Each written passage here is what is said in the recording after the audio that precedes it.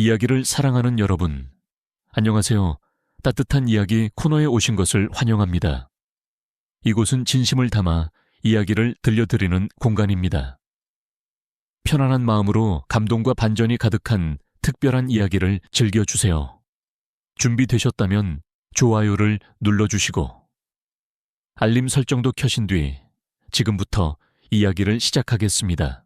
칠흑 같은 어둠이 여전히 세상을 뒤덮고 있었고 자욱한 안개는 낡은 소미불처럼 북악산 자락 아래 작은 마을을 포근히 감싸고 있었다. 멀리서 들려오는 첫닭 울음소리가 대지의 정막을 깨뜨릴 무렵 마을 끝자락에 위치한 허름한 초가집 부엌에서는 이미 붉은 아궁이 불빛이 일렁이기 시작했다. 그곳은 마을 사람들이 친근하게 떡 할멈이라 부르는 최씨 노파의 집이었다. 그녀의 평생은 매일 아침 피어오르는 구수한 찹쌀 냄새와 규칙적으로 들려오는 떡매 소리와 함께였으니 그 소리는 마치 이 작은 마을의 심장 박동과도 같았다. 최씨 노파는 이마 앞으로 흘러내린 백발을 귀 뒤로 넘기며 주름지고 거칠지만 억센 두 손을 차가운 물에 담가 쌀을 씻기 시작했다. 전날 밤부터 불려놓은 찹쌀은 마치 옥처럼 하얗고 통통하게 물을 머금고 있었다. 노파에게 쌀은 단순히 사람의 배를 채우는 양식이 아니었다. 그것은 하늘과 땅의 정기이자 사계절 내내 땅에 얼굴을 묻고 등은 하늘을 향해 일한 농부들의 피와 땀이었다. 그렇기에 노파는 쌀알 하나하나를 세상에서 가장 귀한 보석을 다루듯 조심스럽고 소중하게 다루었다. 뿌연 쌀뜨물이 손가락 사이로 흘러내리며 늦겨울 새벽의 뼈시린 한기를 전해왔지만 노파는 추위를 느끼지 못하는 듯했다. 그녀의 가슴 속에는 이미 따스한 불꽃이 타오르고 있었기 때문이었다. 그것은 평생을 지켜온 업에 대한 자부심이자 곧 자신의 손을 거쳐 탄생할 따끈한 떡을 받아 들 사람들의 얼굴을 떠올릴 때 느껴지는 소박한 기쁨이었다. 그녀는 쩍쩍 금이 간 옹기시루에 쌀을 조심스레 앉히고는 마른 소나무 장작이 활활 타오르는 아궁이 위에 올려놓았다. 옹기의 틈새는 마치 노파의 얼굴에 패인 주름살처럼 세월의 흔적을 고스란히 담고 있었다. 매캐한 장작 연기와 함께 찹쌀 특유의 은은하고 고소한 향기가 좁은 부엌을 가득 채우기 시작하며 새로운 하루의 시작을 알렸다. 노파는 아궁이 앞에 쭈그리고 앉아 연기에 눈을 가늘게 뜨면서도 그 눈빛만은 기이할 정도로 맑고 총기 있게 빛났다. 시루 속에서 물 끓는 소리가 마치 익숙한 음악처럼 들려왔고 타닥타닥 타오르는 장작 소리는 마치 집을 지켜주는 조상신들의 속삭임처럼 느껴졌다. 떡이 쪄지기를 기다리는 동안 노파는 좁은 집 안을 정돈했다. 돗자리 귀퉁이는 헤어지고 찻잔은 이가 빠져 있었지만 모든 살림살이는 놀라울 정도로 정갈하고 반듯하게 제자리를 지키고 있었다.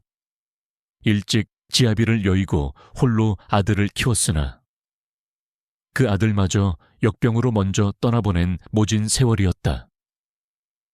이제 그녀에게 남은 것이라곤 대대로 내려온 떡 만드는 기술, 그리고 하루하루를 살아가는 소소한 기쁨뿐이었다. 드디어 시루 틈새로 하얀 김이 뿜어져 나오며 구수한 냄새가 진동했다. 노파가 시루 뚜껑을 열자 뜨거운 김이 확 쏟아져 나오며 주름진 얼굴을 포근하게 감싸 안았다. 그녀는 감나무로 만든 큰 주걱으로 찰밥을 뒤적였다. 밥알 하나하나가 윤기가 흐르고 찰기가 넘쳐 서로 끈끈하게 엉겨 붙어 있는 모습이 마치 가난하지만 정 많은 이웃들의 모습 같았다. 노파의 입가에 엷은 미소가 번지며 고단한 삶의 흔적이 역력한 얼굴을 환하게 밝혔다. 잘 익은 찰밥을 마당 한가운데 놓인 푸르스름한 돌절구에 쏟아부었다.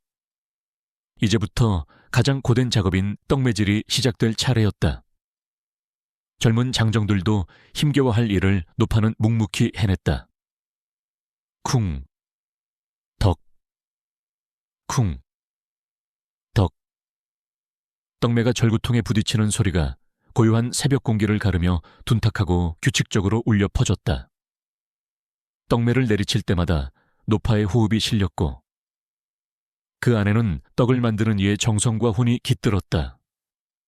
밥알의 형체가 완전히 사라지고 매끄럽고 쫄깃한 떡 반죽이 될 때까지 노파의 손길은 멈추지 않았다.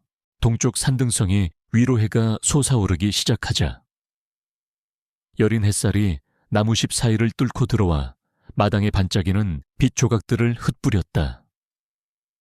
떡매질을 마친 노파는 재빠른 손놀림으로 반죽을 떼어 동글동글하고 먹기 좋은 크기로 빚었다. 그리고는 미리 볶아서 빻아둔 노란 콩고물에 떡을 굴렸다. 고소한 향을 풍기는 인절미들이 대나무 채반 위에 가지런히 놓이자 마치 가난한 자들의 황금처럼 탐스럽게 빛났다. 노파는 푸른파초 잎을 깐 대나무 광주리에 떡을 차곡차곡 담고 온기가 빠져나가지 않도록 무명천으로 꼼꼼히 덮었다. 소매 끝이 달아빠진 무명 저고리를 걸치고 하얗게 센 머리카락을 가리기 위해 머리수건을 동여맨 뒤 광주리를 머리에 이었다. 세월의 무게에 짓눌려 어깨는 굽었지만 집을 나서는 발걸음만은 가벼웠다. 읍내 장터로 이어지는 구불구불한 황토 흙길은 밤새 내린 이슬에 젖어 있었고 그 위로 부지런한 백성들의 맨발 자국이 하나둘 찍히기 시작했다. 오늘은 장날이라 그런지 장터는 평소보다 훨씬 붐볐다. 사람들의 웃음소리, 닭과 오리의 울음소리, 물건을 사고 파는 왁자지껄한 소리가 뒤섞여 새벽의 고요함을 순식간에 몰아냈다. 직접 기른 채소를 들고 나온 농부들, 집신이나 바구니를 만들어 파는 장인들 모두가 치열한 삶의 현장에서 분주하게 움직였다. 노파는 장터 한 구석, 굵은 뿌리가 땅 위로 뱀처럼 솟아오른 늙은 느티나무 아래 익숙하게 자리를 잡고 떡을 진열했다. 다른 상인들처럼 목청 높여 손님을 부를 필요도 없었다. 고소하고 진한 인절미 냄새가 지나가는 사람들의 발길을 저절로 멈추게 했기 때문이다. 노파의 주된 손님은 하루 벌어 하루 먹고 사는 가난한 일꾼들이나 시장길을 달래러 나온 서민들, 그리고 떡냄새에 이끌려온 코 흘리게 아이들이었다. 또 외약볕에 얼굴이 검게 그을린 지게꾼 사내가 숯 검댕이 묻은 동전 몇 잎을 내밀며 떡을 청했다. 노파는 눈과 주름이 접히도록 환하게 웃으며 넉넉하게 떡을 담아주었고 일부러 가장 큼지막한 떡 하나를 더 얹어주었다. 집에 있는 올망졸망한 자식들이 아비의 손만 바라보고 있을 것을 알기에 이 작은 떡 하나가 그들에게 얼마나 큰 기쁨이 될지 헤아린 까닭이었다.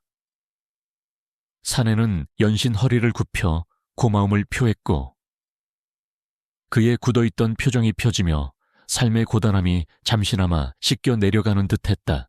누더기를 기워 입은 가난한 집 아이 하나가 손가락을 입에 문 채 침을 꼴깍 삼키며 떡판을 뚫어지라 쳐다보고 있었다. 노파는 아무 말 없이 아이를 손짓해 부르더니 김이 모락모락 나는 따뜻한 떡 하나를 손에 쥐어주었다. 아이는 행여나 노파가 마음을 바꿀까봐 재빨리 고개를 숙여 인사하고는 다람쥐처럼 잽싸게 달아났다. 그 뒷모습을 바라보는 노파의 입게는 잇몸이 드러나는 따뜻한 미소가 걸렸다.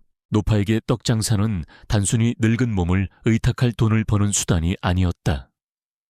그것은 이 불합리하고 고단한 세상에서 자신처럼 힘겹게 살아가는 이들과 온기를 나누고 정을 베푸는 유일한 방법이었다.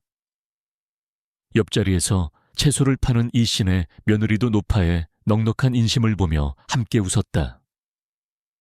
남편을 군역에 보내고 홀로 시부모를 모시는 이 씨 며느리와 노파는 서로 말동무가 되어 팍팍한 삶을 위로하곤 했다.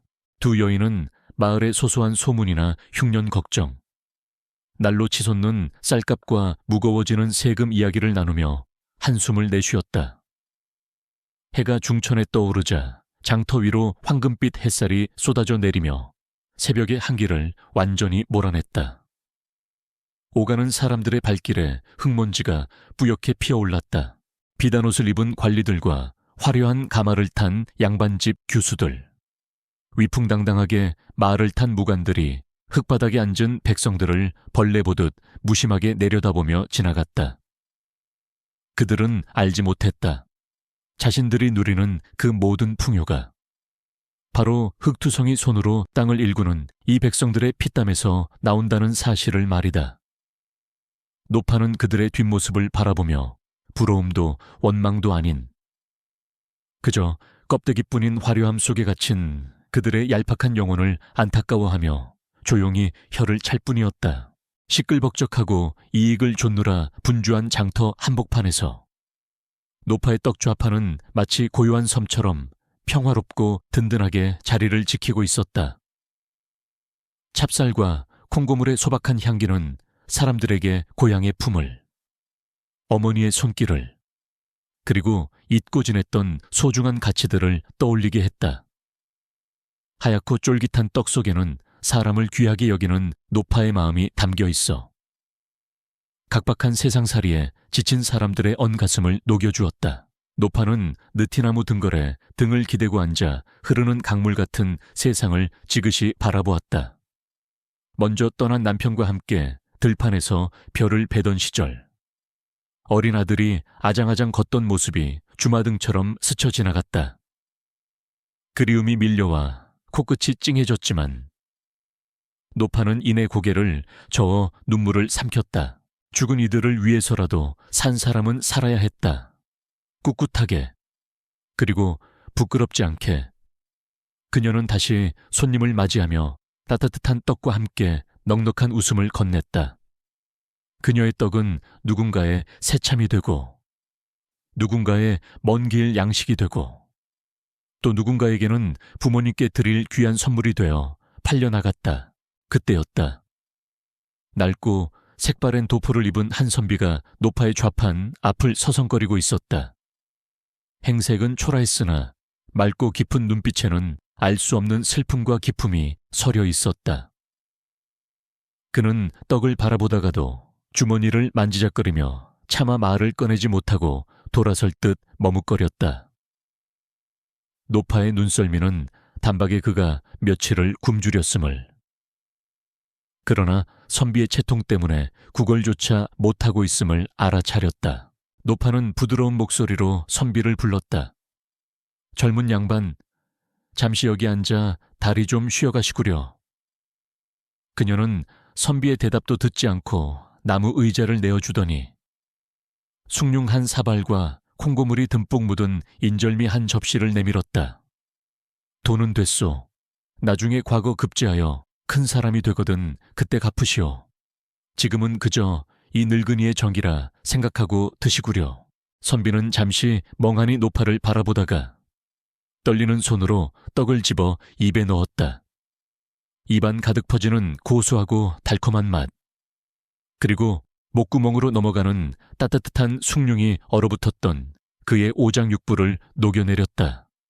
그것은 단순한 음식이 아니었다. 차가운 세상에서 처음으로 맛본 데가 없는 호의이자 따스한 위로였다. 노파가 건넨 떡 한 접시. 그것은 훗날 이 나라의 운명을 뒤바꿀 작은 씨앗이 되고 있음을 느티나무 아래 앉은 늙은 여인도 허름한 도포를 입은 젊은 선비도 아직은 알지 못했다. 그저 바람에 흔들리는 나무심만이 그들의 인연을 조용히 지켜보고 있을 뿐이었다. 오늘 들려드릴 이야기는 순수한 창작물로 오직 오락과 감상을 위한 내용이며 실제 인물이나 사건과는 전혀 관련이 없음을 알려드립니다. 선비의 행색을 한 사내, 아니 조선의 국왕이사는 목구멍으로 넘어가는 따뜻한 숭늉을 느끼며 눈을 감았다. 구수하고 슴슴한 맛이 식도를 타고 내려가 차갑게 굳어있던 위장을 부드럽게 감싸 안았다. 수라상에 오르는 그 어떤 산의 진미도 전국 팔대서 진상된 귀한 식재료로 만든 음식도 지금 이 순간 낡은 사발에 담긴 누룽지 물보다 맛있지는 않았다. 그것은 단순히 허기를 채우는 음식이 아니라 얼어붙은 마음을 녹이는 위로의 약과도 같았다. 그는 천천히 눈을 뜨고 자신을 바라보는 노파를 응시했다. 주름진 얼굴에 피어난 온화한 미소는 마치 고향의 어머니를 떠올리게 했다. 궐 안에서는 누구도 그를 이런 눈빛으로 바라보지 않았다. 신하들은 두려움과 탐욕이 섞인 눈으로 그를 우러러 보았고 궁녀들은 감히 고개를 들지 못했다. 오직 껍데기뿐인 예법과 가식적인 충성만이 가득한 구중궁궐에서 그는 철저히 고립된 존재였다. 그러나 이곳, 먼지와 소음이 가득한 장터의 허름한 좌판 앞에서 그는 처음으로 사람 대 사람으로서의 온기를 느끼고 있었다. 시장하셨을 텐데 천천히 드시구려. 체하겠소. 노파가 투박한 손으로 그의 등 뒤를 허공에서 다독이는 신용을 하며 말했다. 이사는 떡을 한 입 베어 물었다. 콩고물의 고소함과 찹쌀의 쫄깃함이 입안 가득 퍼졌다. 그 맛은 너무나도 정직했다. 재료 본연의 맛을 숨기지 않은 소박함. 그것은 꾸밈없는 백성들의 삶 그 자체였다. 문득 목이 메어왔다. 자신이 다스리는 백성들이 굶주림에 허덕일 때 자신은 구중궁궐 깊은 곳에서 무엇을 하고 있었던가 하는 자괴감이 밀려왔기 때문이었다. 이사는 잠행을 나온 것을 후회하지 않았다. 조정 대신들은 입을 모아 태평성대라 칭송했고 올리는 상소문마다 풍년과 덕담이 가득했다. 그러나 그가 직접 눈으로 확인한 세상은 참혹했다. 가뭄에 갈라진 논바닥처럼 백성들의 삶은 피폐해져 있었고 탐관오리들의 수탈에 민심은 흉흉했다. 그는 도포자락 속에 숨겨둔 주먹을 꽉 쥐었다. 손톱이 살을 파고드는 고통이 느껴졌지만 가슴속에서 타오르는 분노와 슬픔에 비할 바가 아니었다. 노모여, 이 떡 장사는 할만하십니까? 이산이 조심스럽게 물었다. 자신의 신분을 숨기고 세상 물정 모르는 가난한 선비인 척 가장하여 던진 질문이었다. 그는 백성들의 진짜 목소리를 듣고 싶었다. 관리들의 보고서에 적힌 숫자가 아닌 하루하루를 살아내는 이들의 생생한 숨소리를 듣고 싶었다. 노파는 하던 일을 멈추지 않고 덤덤하게 대답했다. 할만하고 말고가 어디 있겠소. 목구멍이 포도청이니 그저 하는 게지요. 그래도 내 손으로 만든 떡을 먹고 사람들이 기운을 차리는 걸 보면 그것만으로도 좋카오. 그녀의 목소리에는 원망이나 비탄 대신 주어진 운명을 묵묵히 받아들이는 단단한 삶의 지혜가 배어 있었다. 그것은 책상물림 선비들이 논하는 공자왈 맹자왈하는 탁상공론보다 훨씬 더 깊은 울림을 주었다. 관아의 세금은 무겁지 않습니까? 흉년이라 살림이 팍팍할 텐데요. 이산이 재차 물었다. 노파는 잠시 손길을 멈추고 먼 산을 바라보았다. 그 눈빛에는 스쳐 지나가는 회한과 체념이 섞여 있었다.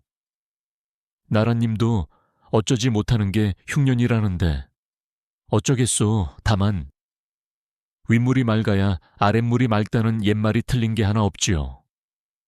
우리 같은 무지렁이들이야 그저 시키는 대로 내라면 내고 뺏기면 뺏기는 대로 살 뿐이라오. 그녀의 말은 비수처럼 이산의 가슴을 찔렀다. 윗물이 맑아야 아랫물이 맑다. 그것은 왕인 자신을 향한 꾸지람처럼 들렸다. 자신이 정치를 바로잡지 못했기에 그 탁한 물이 흘러내려 이 순박한 노파의 삶까지 위협하고 있는 것이었다. 그는 부끄러움에 고개를 들 수 없었다. 눈앞의 떡 한 조각이 청음보다 무겁게 느껴졌다. 젊은 양반, 세상 탐만하며 너무 기죽지 마시오. 노파가 이산의 어두운 표정을 읽었는지 위로의 말을 건넸다. 비 온 뒤에 땅이 굳는 법이고, 겨울이 지나면 반드시 봄이 오는 법이요. 지금은 비록 춥고 배고픈 시절을 보내고 있지만 언젠가는 그대의 뜻을 펼칠 날이 올게요. 그때가 되면 우리 같은 힘없는 백성들을 잊지 말고 굽어 살펴주시오. 이사는 깜짝 놀라 노파를 쳐다보았다. 그녀는 그저 가난한 선비를 위로하는 말이었겠지만 그 말은 왕으로서의 책무를 일깨우는 천명처럼 들렸다. 그는 숭늉 사발을 내려놓고 정중하게 허리를 굽혔다. 노모의 말씀, 뼈에 새기겠습니다. 내 비록 지금은 미천한 신세이나 훗날 반드시 이 은혜를 갚을 날이 있을 것입니다. 노파는 손사래를 쳤다. 은혜랄 게 뭐 있소? 배고픈 사람 밥 한 끼 먹인 것뿐인데. 어서 가보시오. 해지면 산길이 험해지니. 그녀는 떡 몇 개를 더 싸서 억지로 이산의 품에 안겨주었다. 따뜻한 떡 뭉치가 가슴에 닿자 그 온기가 심장까지 전해졌다. 그것은 차가운 옥새를 쥘 때와는 전혀 다른 살아있는 생명의 온기였다. 이사는 자리에서 일어났다. 발걸음이 떨어지지 않았지만 더 지체할 수 없었다. 궁으로 돌아가야 할 시간이 다가오고 있었다. 그는 마지막으로 노파의 모습을 눈에 담았다. 늙은 느티나무 아래 보잘것없는 좌판을 지키고 있는 왜소한 노파. 그러나 그 순간 그의 눈에 비친 노파의 모습은 그 어떤 왕후장상보다 위대하고 고귀해 보였다. 그녀는 이 나라를 지탱하고 있는 거대한 뿌리이자 자신이 목숨을 걸고 지켜야 할 백성의 얼굴이었다. 장터를 빠져나오는 이산의 발걸음은 들어올 때보다 훨씬 무거웠지만 동시에 확신에 차 있었다. 그는 더 이상 구름 위에 허상을 쫓는 왕이 되지 않겠다고 다짐했다. 흙먼지 날리는 이 땅 위에서 백성들과 함께 숨쉬고 그들의 눈물을 닦아주는 진정한 군주가 되리라 맹세했다. 품속에 있는 떡 뭉치를 어루만지며 그는 궁으로 향하는 길을 재촉했다. 한편 노파는 멀어지는 선비의 뒷모습을 한참 동안 바라보았다. 왠지 모르게 자꾸만 마음이 쓰이는 청년이었다. 낡은 옷차림 속에 감춰진 기품, 그리고 슬픔이 가득한 눈빛이 잊히지 않았다. 부디 좋은 관리가 되어 다오. 백성의 아픔을 아는 그런 사람이 되어 다오. 그녀는 바람에 실려가는 그의 등 뒤에 대고 조용히 기원했다. 해가 서산으로 넘어가자 장터의 그림자가 길게 늘어졌다. 북적이던 사람들도 하나둘씩 짐을 챙겨 떠나고 장터는 다시 고요 속에 잠기기 시작했다. 노파도 남은 떡을 정리하고 집으로 돌아갈 채비를 했다. 빈 광주리는 가벼웠지만 그녀의 마음은 그 어느 때보다 충만했다. 오늘 하루도 무사히 보냈다는 안도감, 그리고 누군가에게 작은 도움이 되었다는 기쁨이 그녀의 고단한 육신을 위로했다. 하지만 평화로운 장터의 저녁 풍경과 달리 마을 어귀에서는 불길한 기운이 감돌고 있었다. 관아의 포졸들이 창을 들고 거리를 오가며 험악한 분위기를 조성하고 있었던 것이다. 며칠 후 있을 고위 관료의 생신 잔치를 위해 식재료를 공출한다는 명목으로 그들은 가난한 상인들을 쥐어짜고 있었다. 노파는 본능적으로 가슴이 철렁 내려앉았다. 폭풍전야와도 같은 불안감이 엄습해왔다. 집으로 돌아가는 길, 노파는 길게 핀 이름 모를 들꽃을 보며 마음을 다잡았다. 세상이 아무리 험해도 꽃은 피고 해는 다시 떠오른다. 그녀는 그렇게 믿었다. 그러나 그녀는 아직 알지 못했다. 오늘 자신이 베푼 작은 친절이 곧 닥쳐올 거대한 시련 속에서 자신을 지켜줄 유일한 방패가 될 것임을, 그리고 자신의 소박한 떡 하나가 부패한 조정의 기둥을 뒤흔들게 될 것임을 어둠이 완전히 내려앉은 마을. 집집마다 하나둘씩 호롱불이 켜졌다. 노파의 초가집 굴뚝에서도 저녁 짓는 연기가 피어올랐다. 바람이 거세게 불어와 문풍지를 흔들었지만 방 안은 떡을 찔 때의 온기가 남아 따스했다. 노파는 선비가 앉았던 자리를 물끄러미 바라보다가 깊은 한숨과 함께 돗자리 위에 몸을 뉘었다. 내일은 또 어떤 일이 기다리고 있을까? 그녀는 잠을 청하며 조용히 눈을 감았다. 궁궐의 거대한 문이 육중한 소리를 내며 닫혔다. 이사는 도포 자락에 묻은 흙먼지를 털어낼 생각도 하지 않은 채 침전으로 향하는 긴 회랑을 걸었다. 궐 안의 공기는 장터의 그것과는 판이하게 달랐다.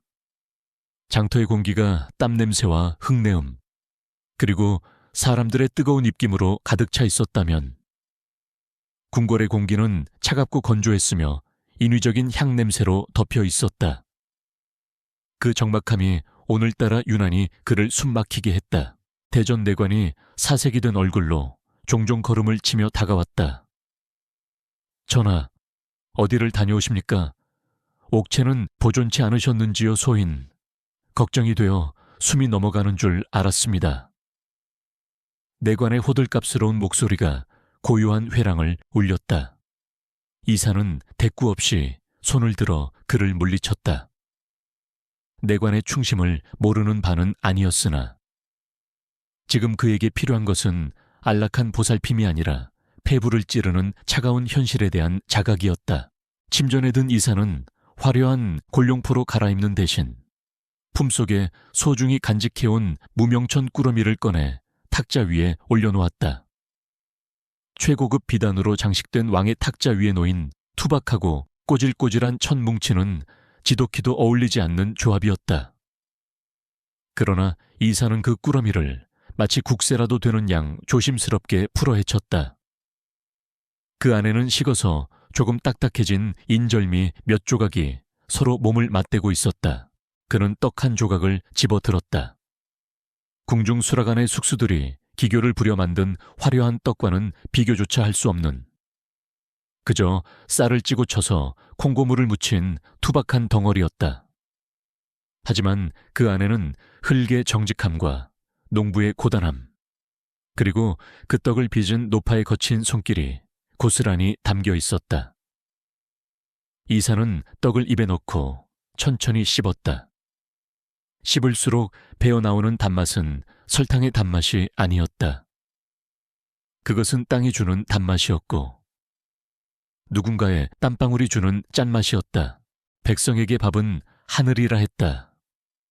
이사는 나직이 읊조렸다. 서경에 나오는 구절이었으나 오늘 장터에서 만난 노파의 주름진 얼굴과 겹쳐지니 그 무게가 청은망은으로 다가왔다. 그 노파는 쌀 한 톨을 귀하게 여기고 굶주린 이에게 아낌없이 자신의 생계를 나누어 주었다.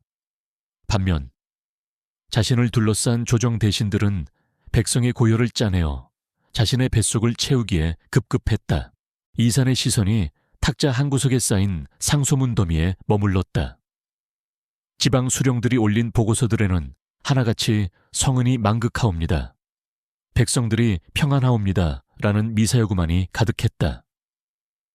그는 분노를 참지 못하고 상소문 하나를 집어 바닥으로 내동댕이 쳤다. 종이 뭉치가 힘없이 바닥에 뒹굴었다. 거짓이었다. 모든 것이 기만이었다. 칠흑 같은 어둠 속에서 신음하는 백성들의 비명은 이 두꺼운 종이 한 장에 가로막혀 구중궁궐까지 닿지 못하고 있었던 것이다. 그 시각 북악산 자락의 작은 초가집에서는 최씨 노파가 하루의 일과를 마무리하고 있었다.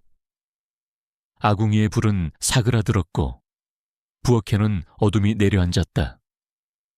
노파는 떡을 쪘던 시루와 절구를 깨끗이 씻어 말렸다.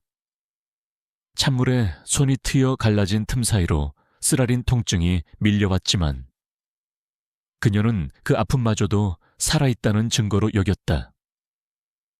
도구 하나하나를 닦는 그녀의 손길은 마치 어린아이를 어루만지듯 경건하고 부드러웠다. 그녀에게 쌀은 단순한 곡식이 아니라 대지의 젖줄이자 생명의 근원이었다.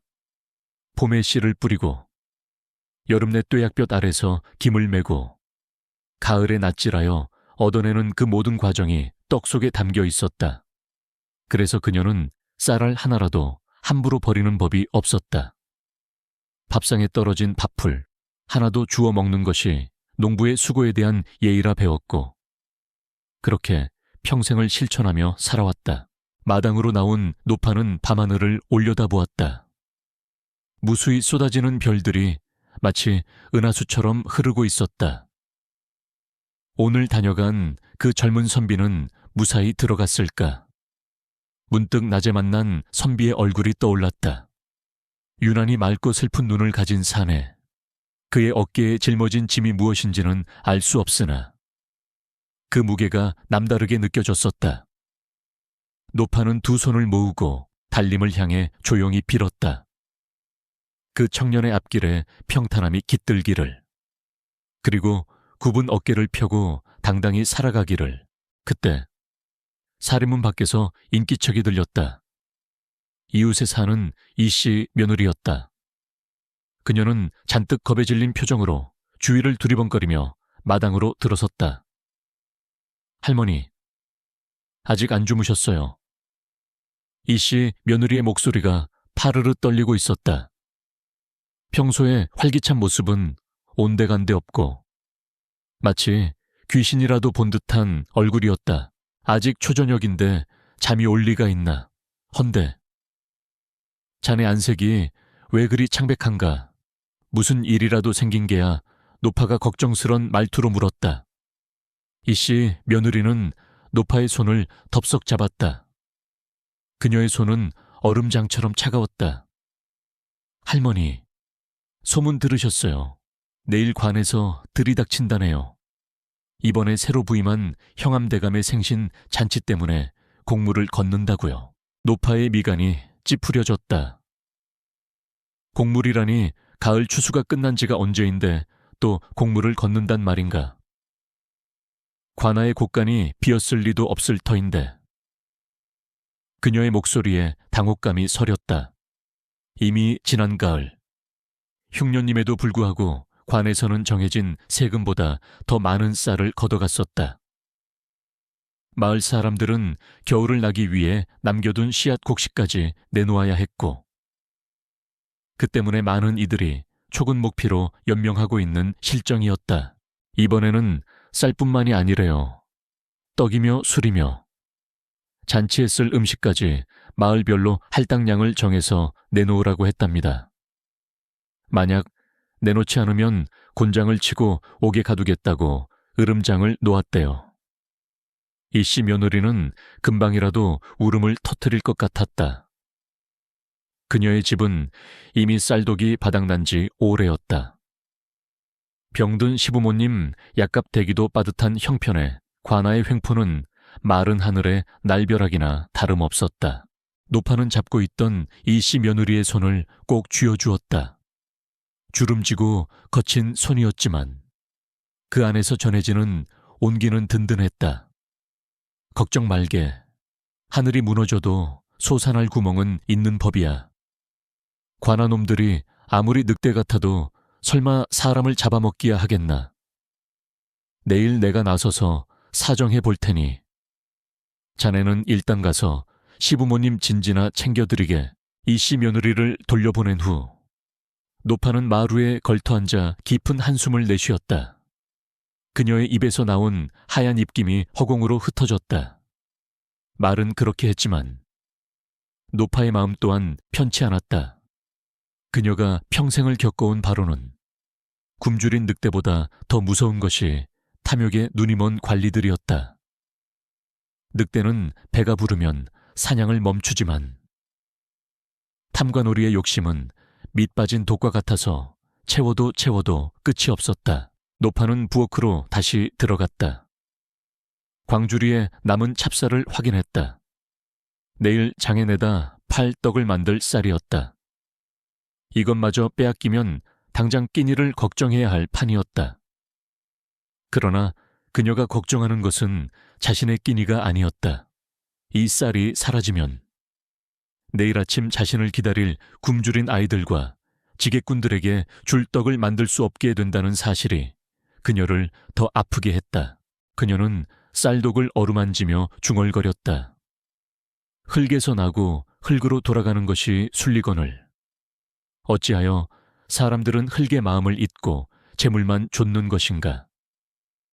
쌀독의 차가운 감촉이 손끝을 타고 전해졌다. 그 감촉은 마치 묵묵히 고통을 견뎌내고 있는 이 땅의 백성들의 살결처럼 느껴졌다. 한편 궁궐의 이사는 잠을 이루지 못하고 있었다. 그는 촛불 아래서 낮에 보았던 백성들의 참상을 기록하고 있었다. 기억 속의 풍경들을 하나하나 글로 옮길 때마다 가슴이 저려왔다. 뼈만 앙상한 아이들, 희망을 잃은 눈동자들, 그리고 그 속에서도 묵묵히 떡을 빚던 노파의 모습. 이 모든 것이 그가 짊어져야 할 업보이자 바로잡아야 할 과제였다. 이사는 붓을 내려놓고 창문을 열었다.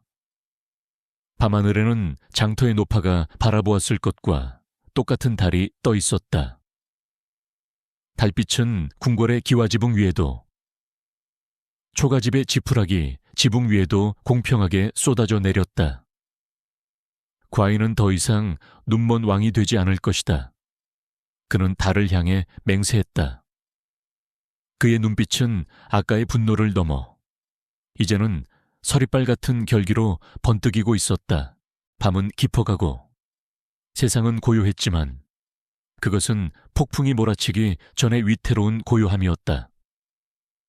한쪽에서는 썩어빠진 권력이 탐욕의 이빨을 드러내고 있었고, 다른 한쪽에서는 대지의 정직함을 믿는 사람들이 다가올 시련을 감지하며 숨죽이고 있었다. 그리고 그 두 세계를 잇는 운명의 끈은 떡 한 접시로 인해 이미 팽팽하게 당겨지고 있었다.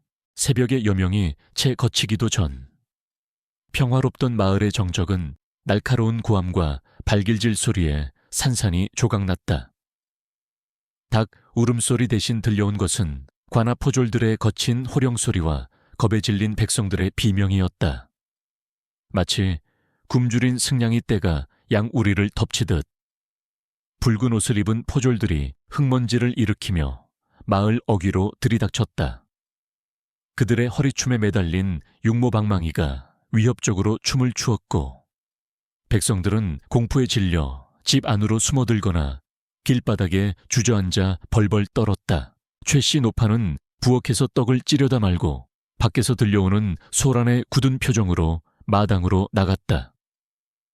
이미 마을꼴은 아수라장이었다. 옆집 이씨 며느리의 집에서는 솥단지가 마당으로 내동댕이 쳐져 뒹굴고 있었고, 얼마 남지 않은 씨암탉을 빼앗기지 않으려고 발버둥 치는 이씨 며느리의 애원소리가 담장을 넘어 들려왔다. 나리, 제발 살려주십시오. 그 닭은 병든 시아버님께 고아드려야 할 약이나 다름없습니다. 그러나 포졸들은 매정했다. 그들은 이씨 며느리를 거칠게 밀쳐내고 닭을 낚아채 자루에 쳐넣었다. 바닥에 넘어진 여인의 울음소리가 하늘을 찔렀으나 포졸들의 귀에는 그저 귀찮은 소음일 뿐이었다. 그들의 눈에는 오직 윗선에 받쳐 자신의 실적을 채울 재물만이 보였다. 이번에 새로 부임한 형함은 중앙조정의 실세인 대감의 생신잔치에 보낼 진상품을 마련한다는 명목으로 가뜩이나 피폐한 고을을 이 잡듯이 뒤지고 있었던 것이다. 곧이어 쿵 하는 소리와 함께 노파의 살인문이 발길질에 부서질 듯 열렸다. 험상궂은 인상을 한 포졸 우두머리가 부하들을 거느리고 마당으로 들어섰다. 그의 눈은 탐욕으로 번들거렸고 입게는 비릿한 조소가 걸려 있었다. 그는 마당에 놓인 절구와 시루를 곁눈질하더니 거만하게 뒷짐을 지고 노파에게 다가왔다. 내년이 이 고을에서 떡맛이 기가 막히다는 떡 할멈이냐? 노파는 조금도 위축되지 않고 꼿꼿한 자세로 그들을 응시했다. 그녀의 눈빛은 깊은 우물처럼 고요했으나 그 안에는 서리빨 같은 기품이 서려 있었다. 그렇소만 무슨 일로 이 새벽부터 남의 집 문을 부수듯 들어오는 게요. 노파의 담담한 대꾸에 포졸 우두머리에 눈썹이 꿈틀했다. 감히 천한 늙은이가 관아의 사람에게 대들다니. 있을 수 없는 일이었다. 이 늙은이가 겁을 상실했구나. 형암 사또의 명을 받들고 왔거늘. 어디서 말대꾸냐. 우두머리가 소리를 지르며 위협적으로 다가왔다. 한양에 계신 대감마님 생신상에 올릴 귀한 떡을 징발하러 왔다. 내년에 떡 솜씨가 쓸만하다는 소문이 자자하니 오늘 당장 최상급 찹쌀로 인절미를 만들어 내놓거라. 양은 10마리다. 10마리라니. 노파의 가슴이 철렁했다.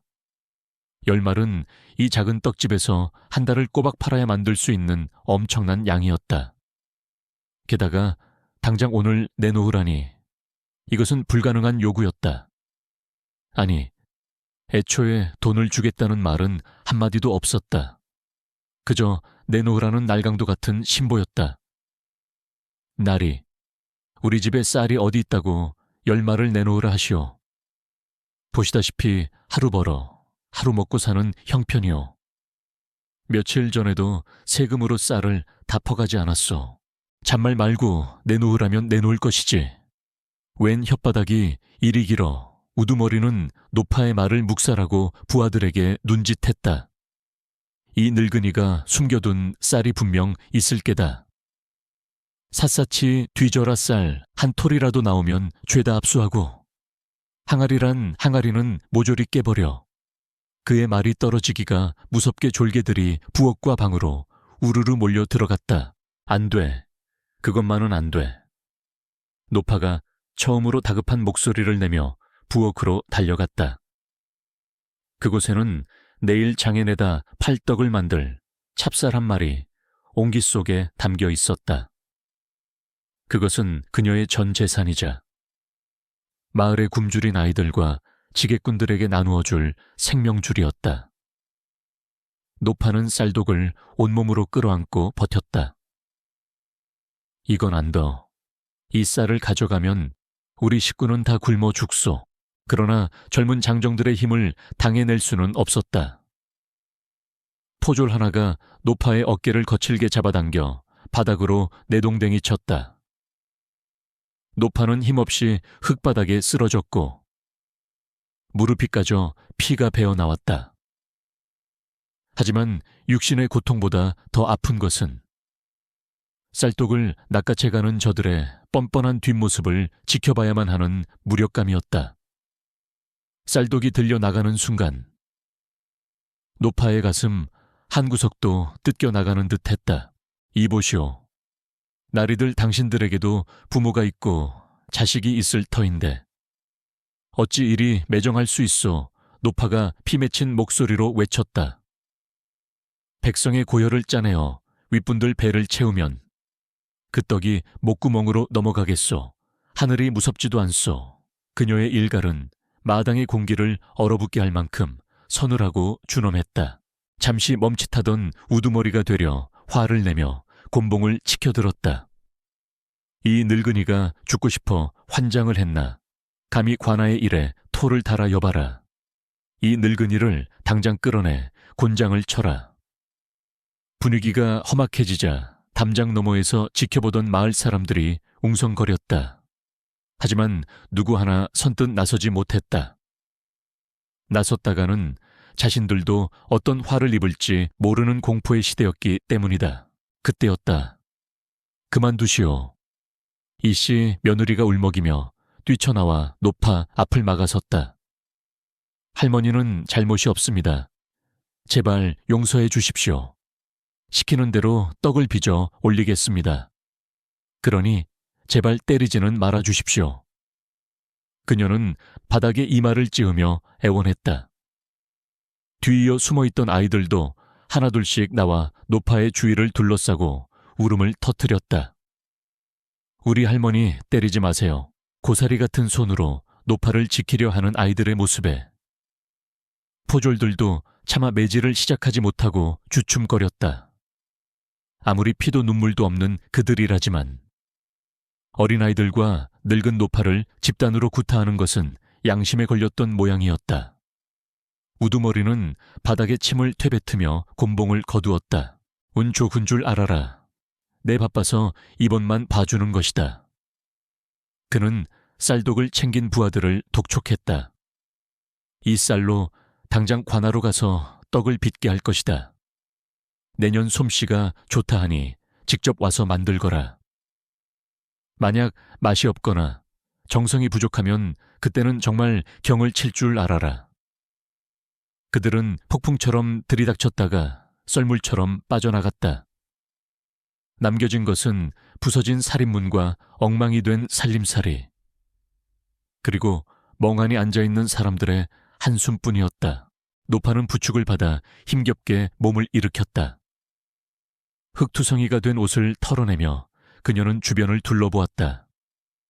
공포에 질려 떨고 있는 아이들, 닭을 뺏기고 망연자실에 있는 이씨 며느리, 쑥대밭이 된 마을, 이 모든 참상이 가슴을 후벼 팠다.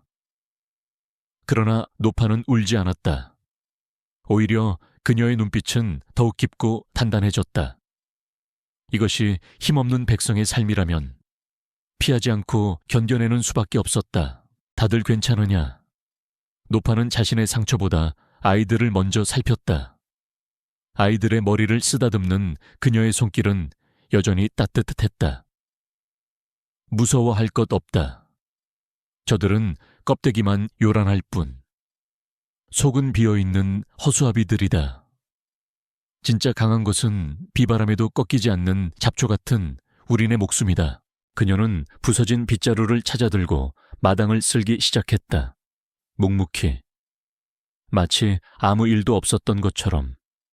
그 모습은 지켜보는 이들에게 기이한 안도감을 주었다. 세상이 뒤집혀도 떡 할멈은 그 자리에 있을 것이라는 믿음. 그것은 절망 속에서 피어나는 작은 희망의 불씨와도 같았다. 오후가 되자 노파는 관아로 끌려갔다. 떡을 빚기 위해서였다. 관아의 부엌은 그녀의 집 부엌과는 비교도 안 될 만큼 넓고 화려했으나 냉랭하고 살벌한 기운이 감돌았다. 그녀는 빼앗긴 자신의 쌀을 다시 마주했다. 내 자식 같은 쌀들이 권력자들의 입속으로 들어가기 위해 씻기고 불려지는 모습을 보며 그녀는 마음속으로 피눈물을 흘렸다.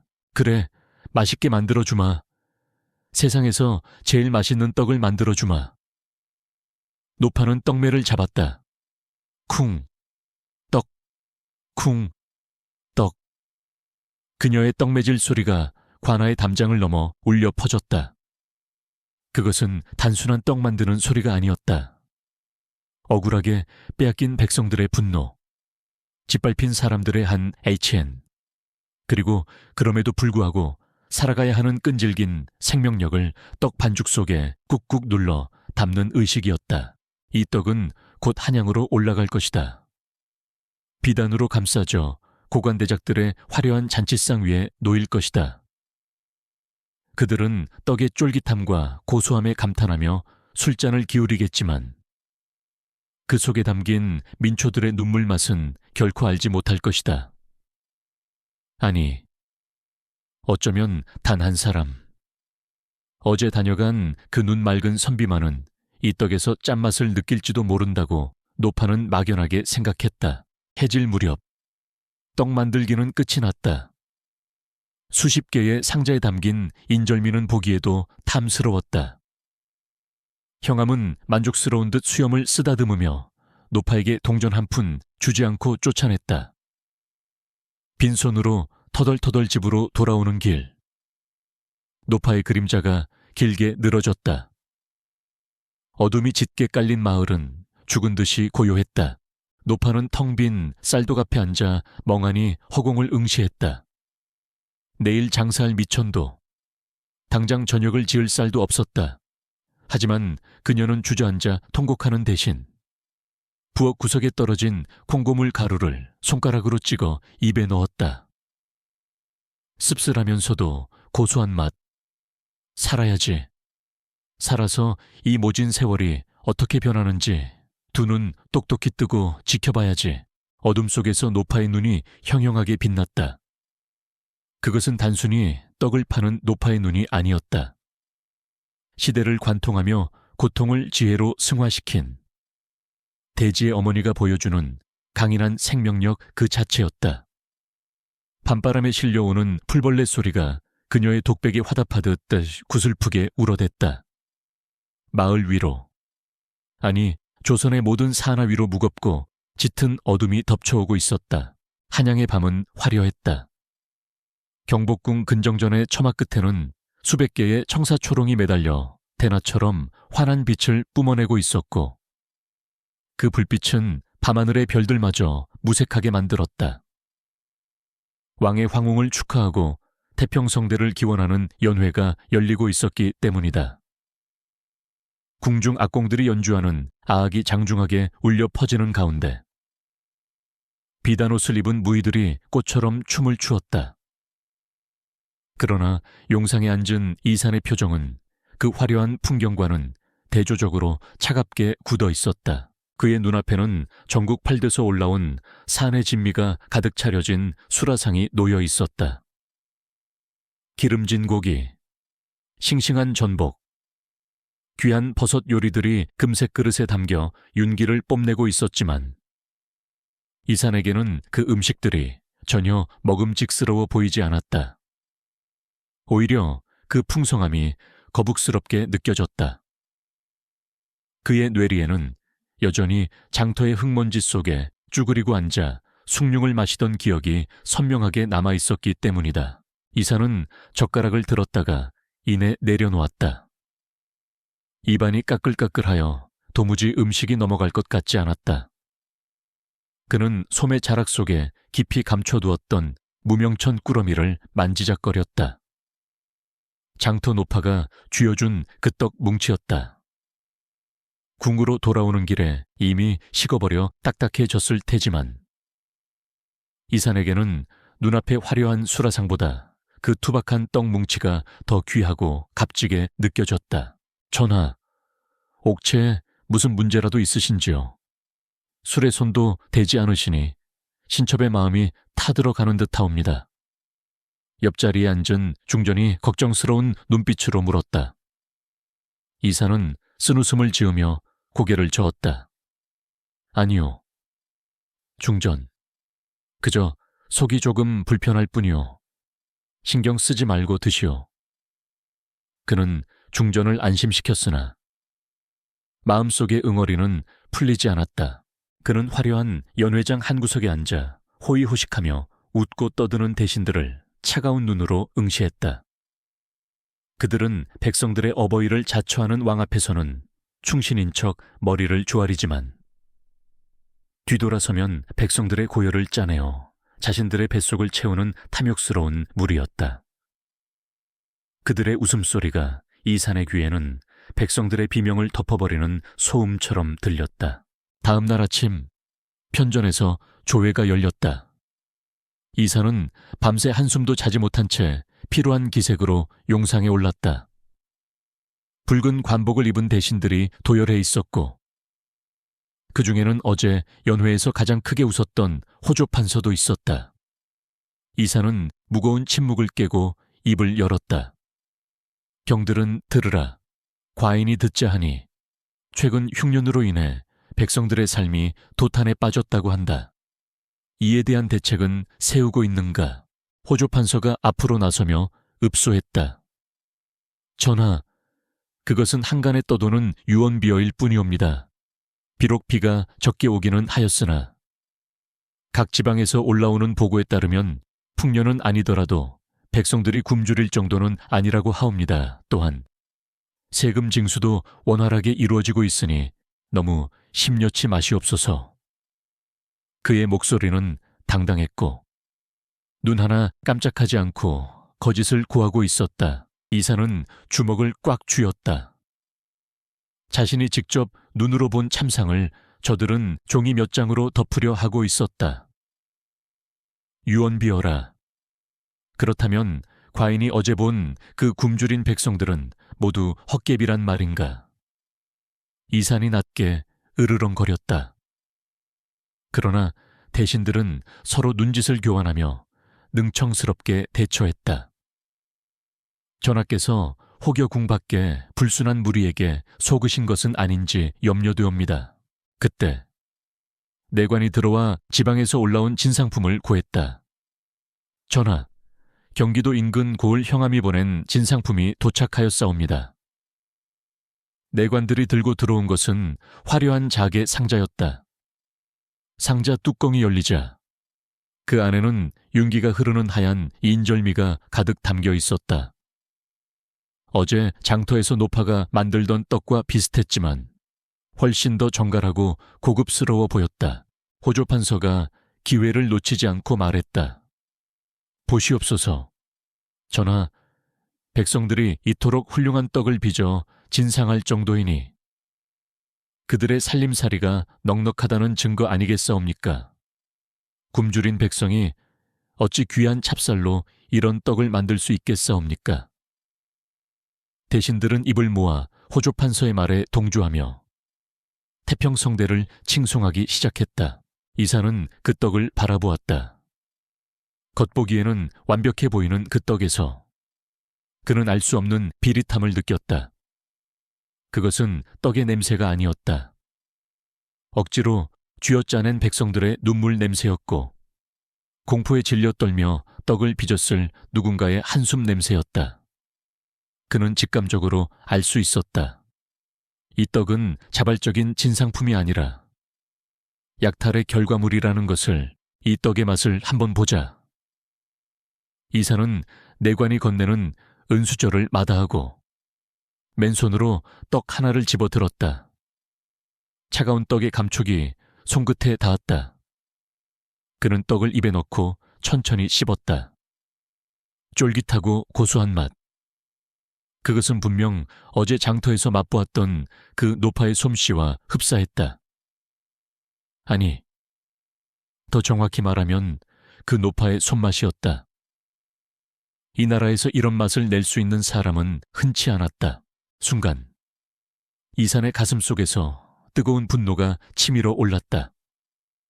어제 그토록 소박하게 장사하며 가난한 이웃을 돕던 노파가 관아의 강요에 못 이겨 이 많은 떡을 빚어냈을 장면이 눈앞에 그려졌기 때문이다. 맛이 쓰구나. 이산이 떡을 삼키며 나직이 내뱉었다. 예스다니오 전하. 그것은 최상급 찹쌀과 꿀을 섞어 만든 것이라 달콤하기 그지없을 터인데.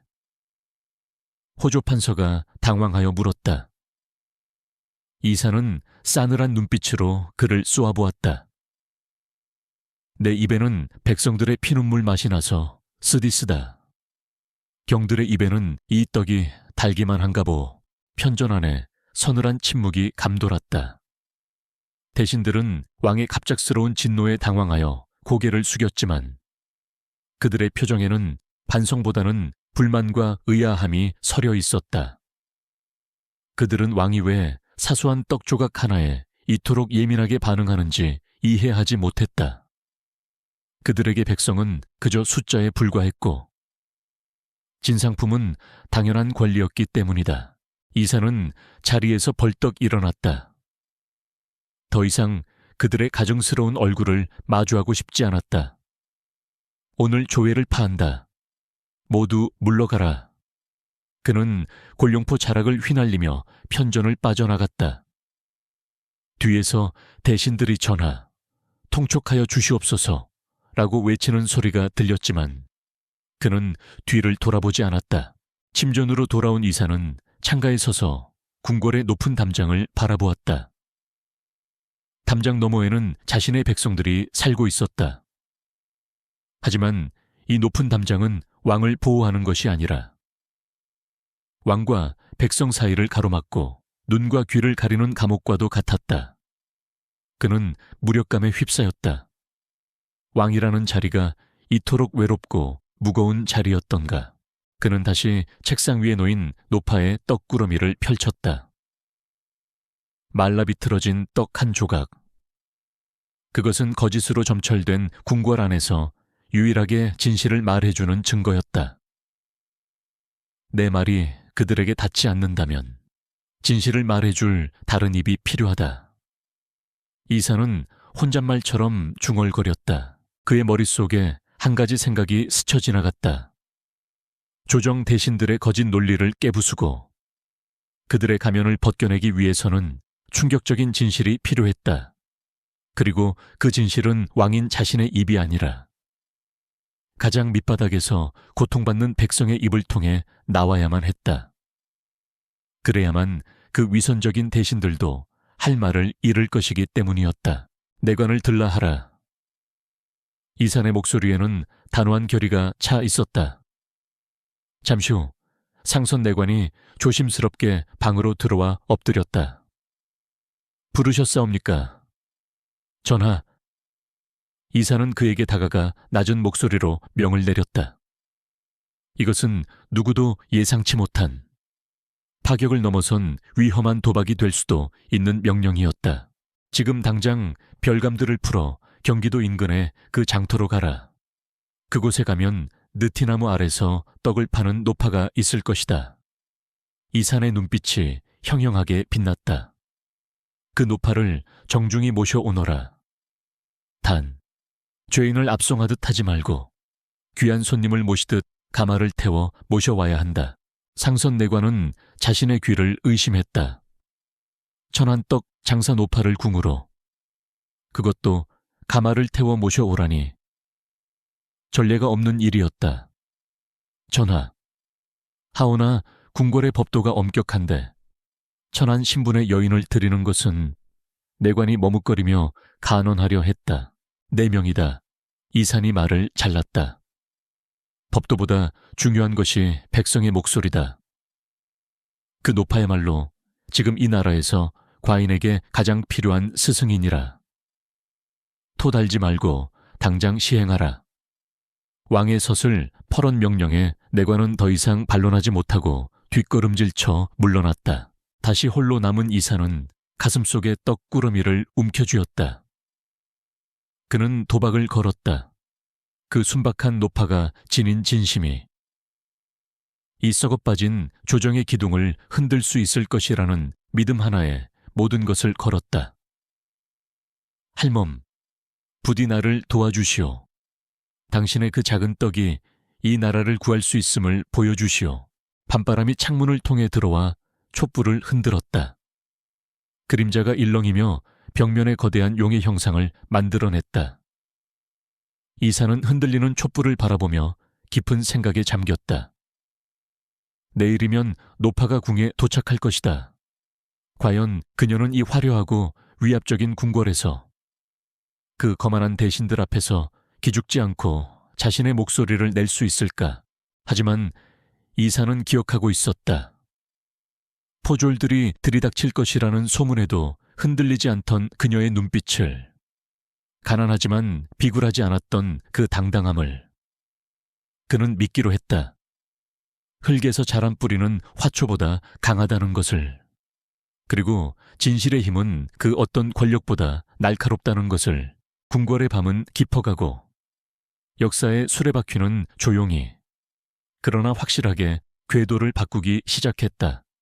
한 명의 왕과 한 명의 노파. 전혀 어울리지 않는 두 사람의 만남이 곧 조선의 조정을 발칵 뒤집어 놓을 준비를 하고 있었다. 먼 하늘에서 천둥 소리가 은은하게 들려왔다. 마치 다가올 폭풍을 예고하는 듯했다.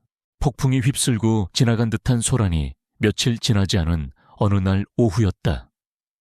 마을은 언제 그랬냐는 듯 다시 고요를 되찾았지만 그 고요는 평화라기보다는 숨죽인 공포에 가까웠다.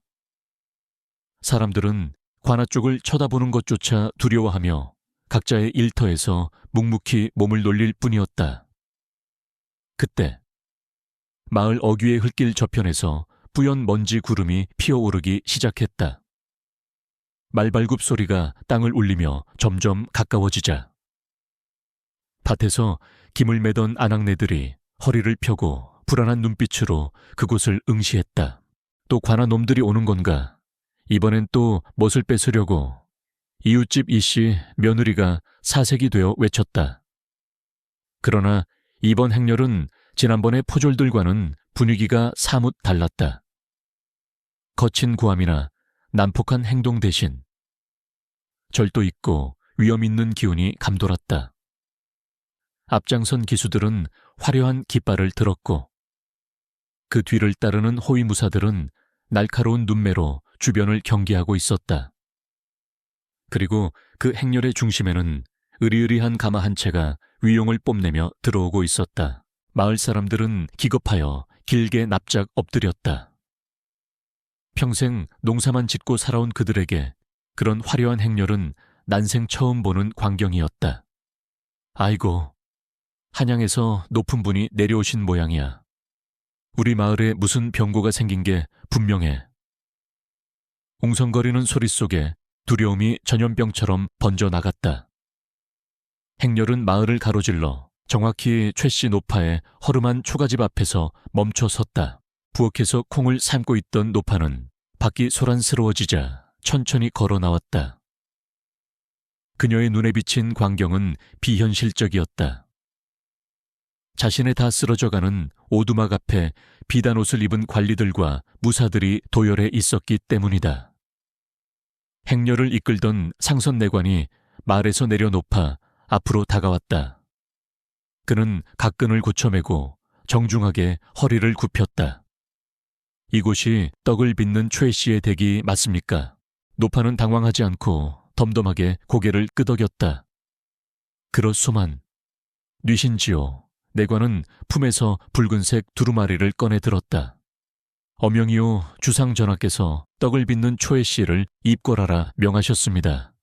이에 가마를 대령하였으니 지체 없이 궁으로 드시지요. 내관의 목소리는 높지 않았으나 그 말의 무게는 청은 망은이었다. 어명이라는 소리에 담장 너머에서 엿듣던 마을 사람들은 그 자리에서 주저앉고 말았다. 왕이 직접 불렀다는 것은 필시 큰 죄를 지었기 때문이라고 생각했기 때문이다. 아이고, 떡 할멈이 며칠 전 관아 놈들에게 대들더니 결국 사단이 났구나. 이씨 며느리는 입을 틀어막고 눈물을 쏟았다. 그녀는 당장이라도 달려나가 노파를 잡고 싶었지만 서슬 퍼런 무사들의 기세에 눌려 발만 동동 굴렀다. 그러나 정작 당사자인 노파는 묘하게 침착했다. 그녀의 머릿속에는 며칠 전 다녀간 그 맑은 눈의 선비가 스쳐 지나갔다. 낡은 도포를 입고 있었지만 범상치 않은 기품이 흘렀던 청년. 그 양반이 임금님이셨단 말인가. 노파는 혼잣말처럼 중얼거렸다. 그녀는 이것이 벌을 받으러 가는 길이 아님을 직감했다. 그 청년의 눈빛은 결코 사람을 해칠 눈빛이 아니었기 때문이다. 잠시 기다려 주시겠소. 내 꼴이 이리 추해서야 임금님을 뵐 수 없지 않겠소. 옷이라도 갈아입고 나오리다. 노파의 부탁에 내관은 곤란한 표정을 지었으나 이내 고개를 끄덕였다. 왕이 귀한 손님으로 모시라 당부했기에 함부로 재촉할 수 없었다. 노파는 방으로 들어가 장롱 깊숙한 곳을 뒤적였다. 조미향 냄새가 나는 낡은 무명 치마 저고리를 꺼냈다. 그 옷은 그녀가 젊은 시절 남편과 함께 명절 때나 입었던 가장 좋은 옷이었다. 세월이 흘러 색은 바랬고 곳곳이 헤어졌지만 빳빳하게 풀을 먹여 다려놓은 정성이 깃든 옷이었다. 노파는 떨리는 손으로 옷고름을 매만졌다. 이것이 이승에서의 마지막 나들이가 될지도 모른다는 생각이 들었지만 두렵지는 않았다. 죄짓지 않고 살아온 인생, 하늘을 우러러 부끄럼이 없었기 때문이다. 옷을 갈아입고 머리를 단정히 빗어 넘긴 노파가 방을 나서자 마당에 있던 내관과 무사들이 일제히 그녀를 바라보았다. 화려한 장신구 하나 없는 초라한 차림이었지만 꼿꼿한 허리와 온화한 표정에서 풍기는 기품은 비단 옷을 입은 그들보다 더 위험 있어 보였다. 노파는 부엌으로 가서 남은 쌀과 누룩이 든 항아리를 챙겨 들고 울타리 너머에 이씨 며느리를 불렀다. 이보게, 이리 좀 와보게. 이씨 며느리가 눈물범벅이 된 얼굴로 뛰어왔다. 노파는 항아리를 건네주며 따뜻하게 손을 잡았다. 내가 다녀올 동안 이 쌀로 아이들 밥이나 해먹이게. 그리고 부엌 아궁이 불씨 꺼뜨리지 말고 잘 봐주게나. 그것은 마치 먼 길을 떠나는 어머니의 유언과도 같았다. 이씨 며느리는 항아리를 받아들고 오열했다. 할머니, 꼭 돌아오셔야 해요. 제발 무사히 돌아오세요. 사람 명줄은 하늘에 달린 것이니 걱정 말게. 내 잘 다녀오리다. 노파는 이웃 사람들에게도 눈인사를 건넸다. 겁에 질려 숨어있던 아이들이 하나둘씩 고개를 내밀고 고사리 손을 흔들었다. 노파는 그 아이들의 얼굴을 하나하나 눈에 담았다. 어쩌면 다시는 보지 못할지도 모르는 정든 풍경들이었다. 그녀의 눈가가 촉촉해졌지만 애써 미소를 지어 보였다. 내관이 가마의 문을 열었다. 타시지요. 4명의 가마꾼이 짊어진 화려한 가마였다. 평생 2발로 흙길만 걸어온 노파에게는 너무나 과분한 탈것이었다. 노파는 잠시 머뭇거리다 집신씨는 발을 들어 가마 발판에 올렸다. 낡은 집신과 비단 가마의 대비가 묘한 슬픔을 자아냈다. 그녀가 가마 안으로 몸을 숨기자 내관의 신호에 따라 행렬이 움직이기 시작했다. 가마꾼들의 힘차게 발을 맞추는 소리와 함께 가마가 둥실 떠올랐다. 노파는 가마의 작은 창문을 열고 멀어지는 마을을 바라보았다. 익숙한 느티나무, 낡은 초가집, 그리고 손을 흔들며 배웅하는 이웃들의 모습이 점점 작아져 점이 되었다. 덜컹거리는 가마 안에서 노파는 눈을 감았다. 가슴이 벅차오르면서도 한편으로는 알 수 없는 불안감이 밀려왔다. 한양이라 평생 이 작은 마을을 벗어나 본 적이 없는 그녀였다. 첩첩 산중 너머에 있다는 도성, 그리고 구중궁궐. 그곳은 그녀에게 저승만큼이나 낯설고 먼 곳이었다. 하지만 그녀는 주먹을 꼭 쥐었다. 왕이 자신을 부른 이유가 분명 있을 터였다. 만약 그 젊은 선비가 정말 왕이라면 백성들의 고달픈 삶을 들어줄 귀를 가지고 있을 것이라 믿고 싶었다. 행렬은 넓은 신장로를 따라 빠르게 이동했다. 길가에서 일을 하던 농부들이나 지나가던 행인들은 왕실의 가마를 보고 황급히 길을 비키고 머리를 조아렸다. 그들은 가마 안에 대단한 고관대작이 타고 있을 거라 짐작했지만 그 안에는 주름투성이의 촐로가 앉아있을 뿐이었다. 이 기묘한 행렬은 늦은 오후의 햇살을 받으며 한양 도성을 향해 거침없이 나아갔다. 가마가 흔들릴 때마다 노파의 머릿속에는 수만 가지 생각이 오갔다. 며칠 전 강제로 떡을 빚어 보냈던 일, 그리고 떡을 먹으며 슬픈 표정을 짓던 선비의 얼굴.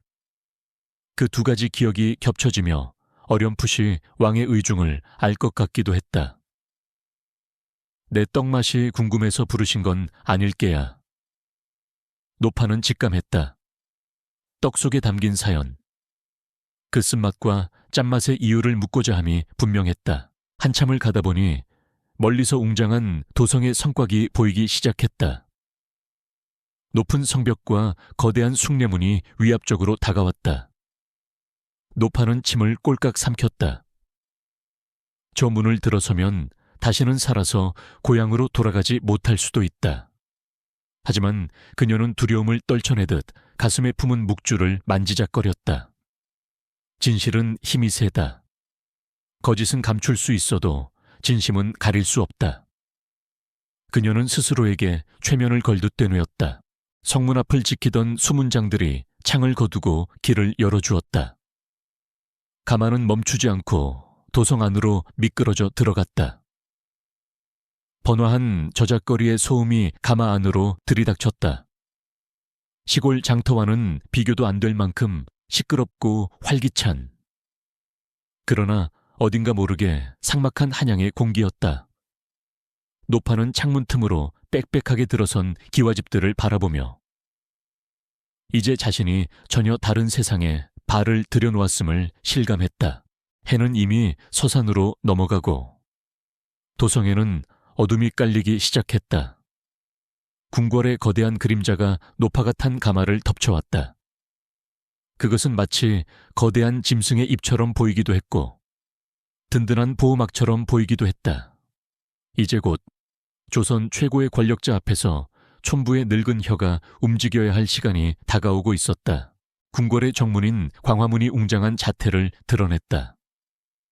가마는 거대한 홍해문 앞에서 멈춰 섰다. 여기서부터는 걸어 들어가셔야 합니다.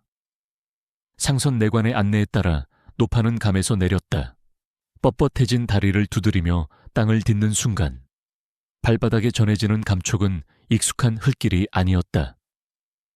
매끄럽고 차갑게 다듬어진 박석보실들이 끝없이 깔려 있었다. 고개를 들어 올려다본 성벽은 하늘을 찌를 듯 높았고 처마 끝의 잡상들은 마치 살아서 움직이는 듯 위압적이었다. 노파는 그 거대한 규모에 압도되어 잠시 숨을 멈췄다. 평생 초가집과 좁은 장터에서만 살아온 그녀에게 궁궐은 사람이 사는 집이라기보다는 신들이 머무는 거대한 신전처럼 보였다. 붉은 기둥과 화려한 단청, 그리고 곳곳에 세워진 기이한 형상의 석상들까지. 모든 것이 그녀의 눈을 어지럽혔다. 그녀는 자신의 낡은 집신과 때 묻은 치마폭을 내려다보았다. 화려한 궁궐 바닥에 선 자신의 모습이 마치 비단 위에 떨어진 흙탕물처럼 초라하게 느껴졌다. 이쪽으로 오시지요. 내관이 앞장서 걸었다. 노파는 잔뜩 움츠러든 어깨를 하고 종종 걸음으로 그 뒤를 따랐다. 금천교를 건너고 근정전을 지나 편전으로 향하는 길은 멀고도 험했다. 수많은 문을 통과할 때마다 무장한 군사들이 창을 세우고 삼엄하게 경비를 서고 있었다. 그들의 눈빛은 서늘했고 공기는 무겁게 가라앉아 있어 숨소리조차 내기 조심스러웠다. 이곳에는 장터의 활기나 사람 냄새라고는 전혀 찾아볼 수 없었다. 오직 차가운 규율과 침묵만이 흐르고 있을 뿐이었다. 회랑을 지나던 중 비단 관복을 입은 관리 몇 명과 마주쳤다. 그들은 내관의 안내를 받으며 걸어오는 남루한 차림의 노파를 보고는 눈을 휘둥그레 떴다. 아니, 저게 누구인가 웬거지 노파가 궐 안에 들어왔단 말인가. 그들은 수근거리며 부채로 코를 막는 신용을 했다.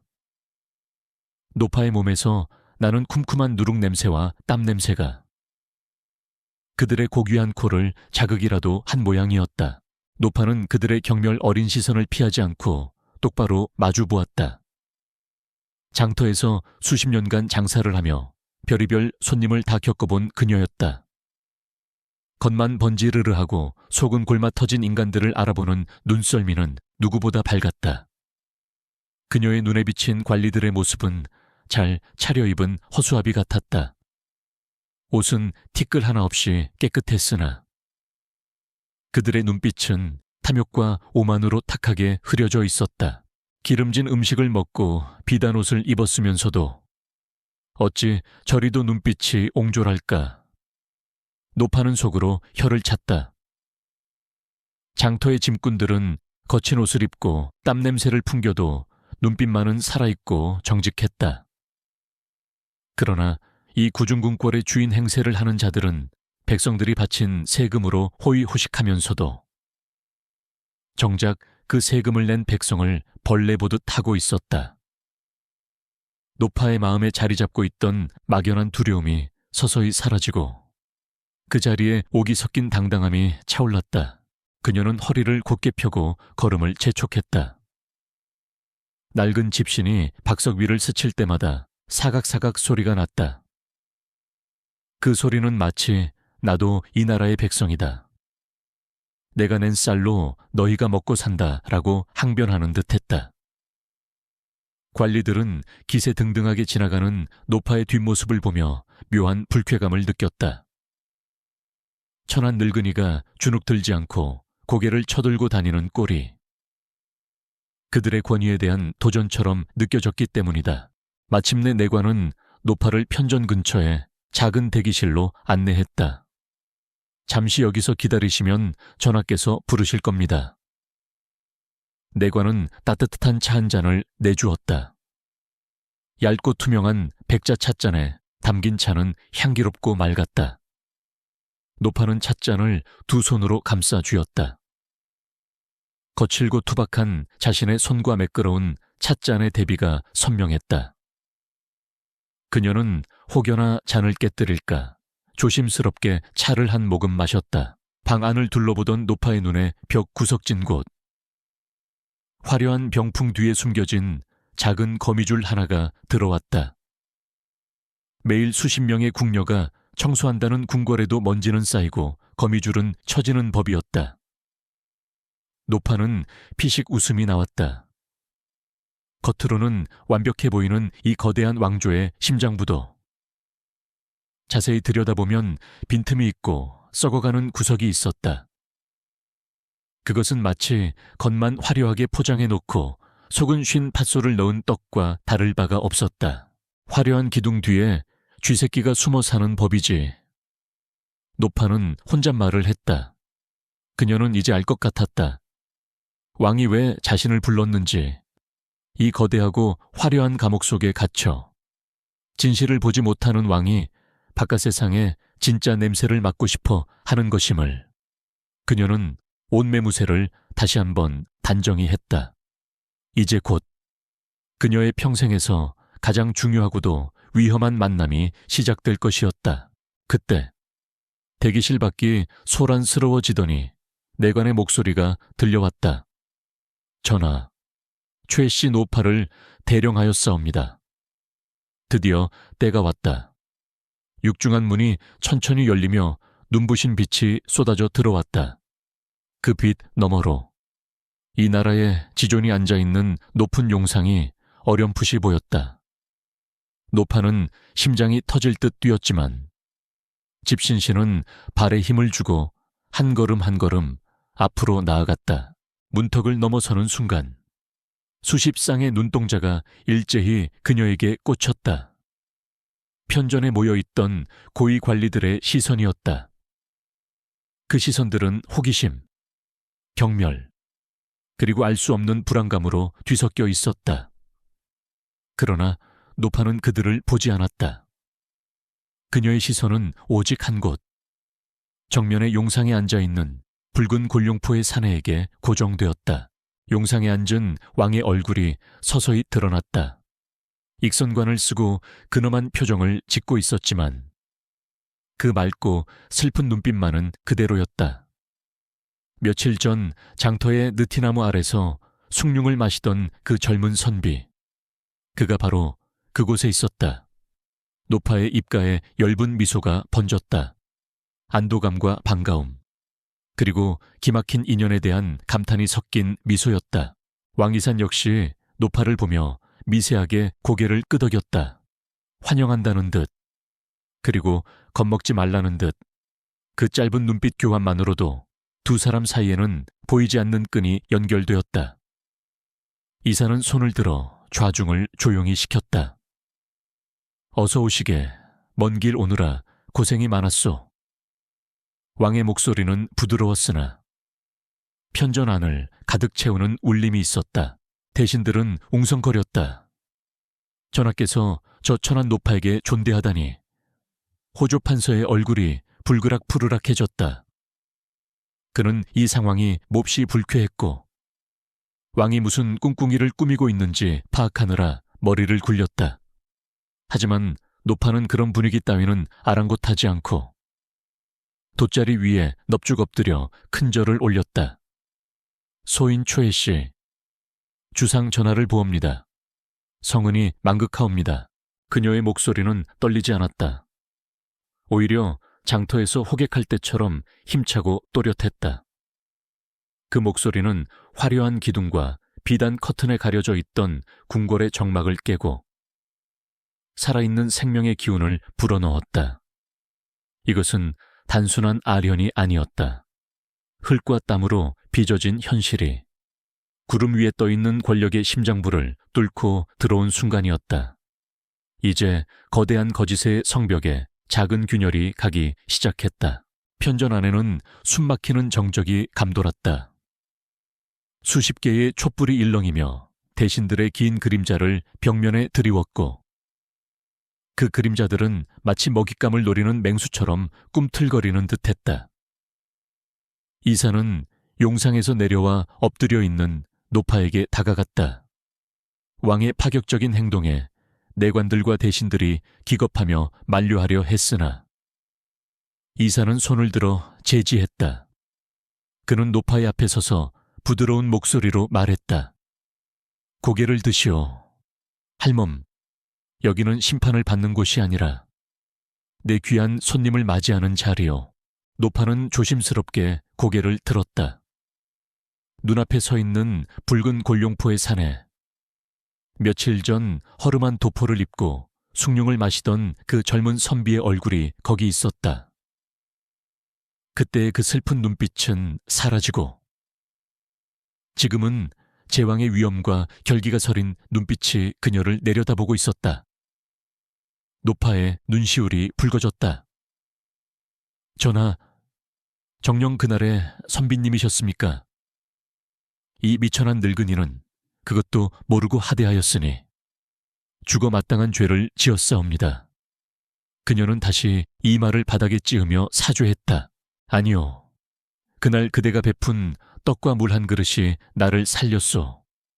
내 평생 그렇게 따뜻한 밥상은 처음이었소. 이산이 노파의 어깨를 잡아 일으켜 세웠다. 대신들은 경악을 금치 못했다.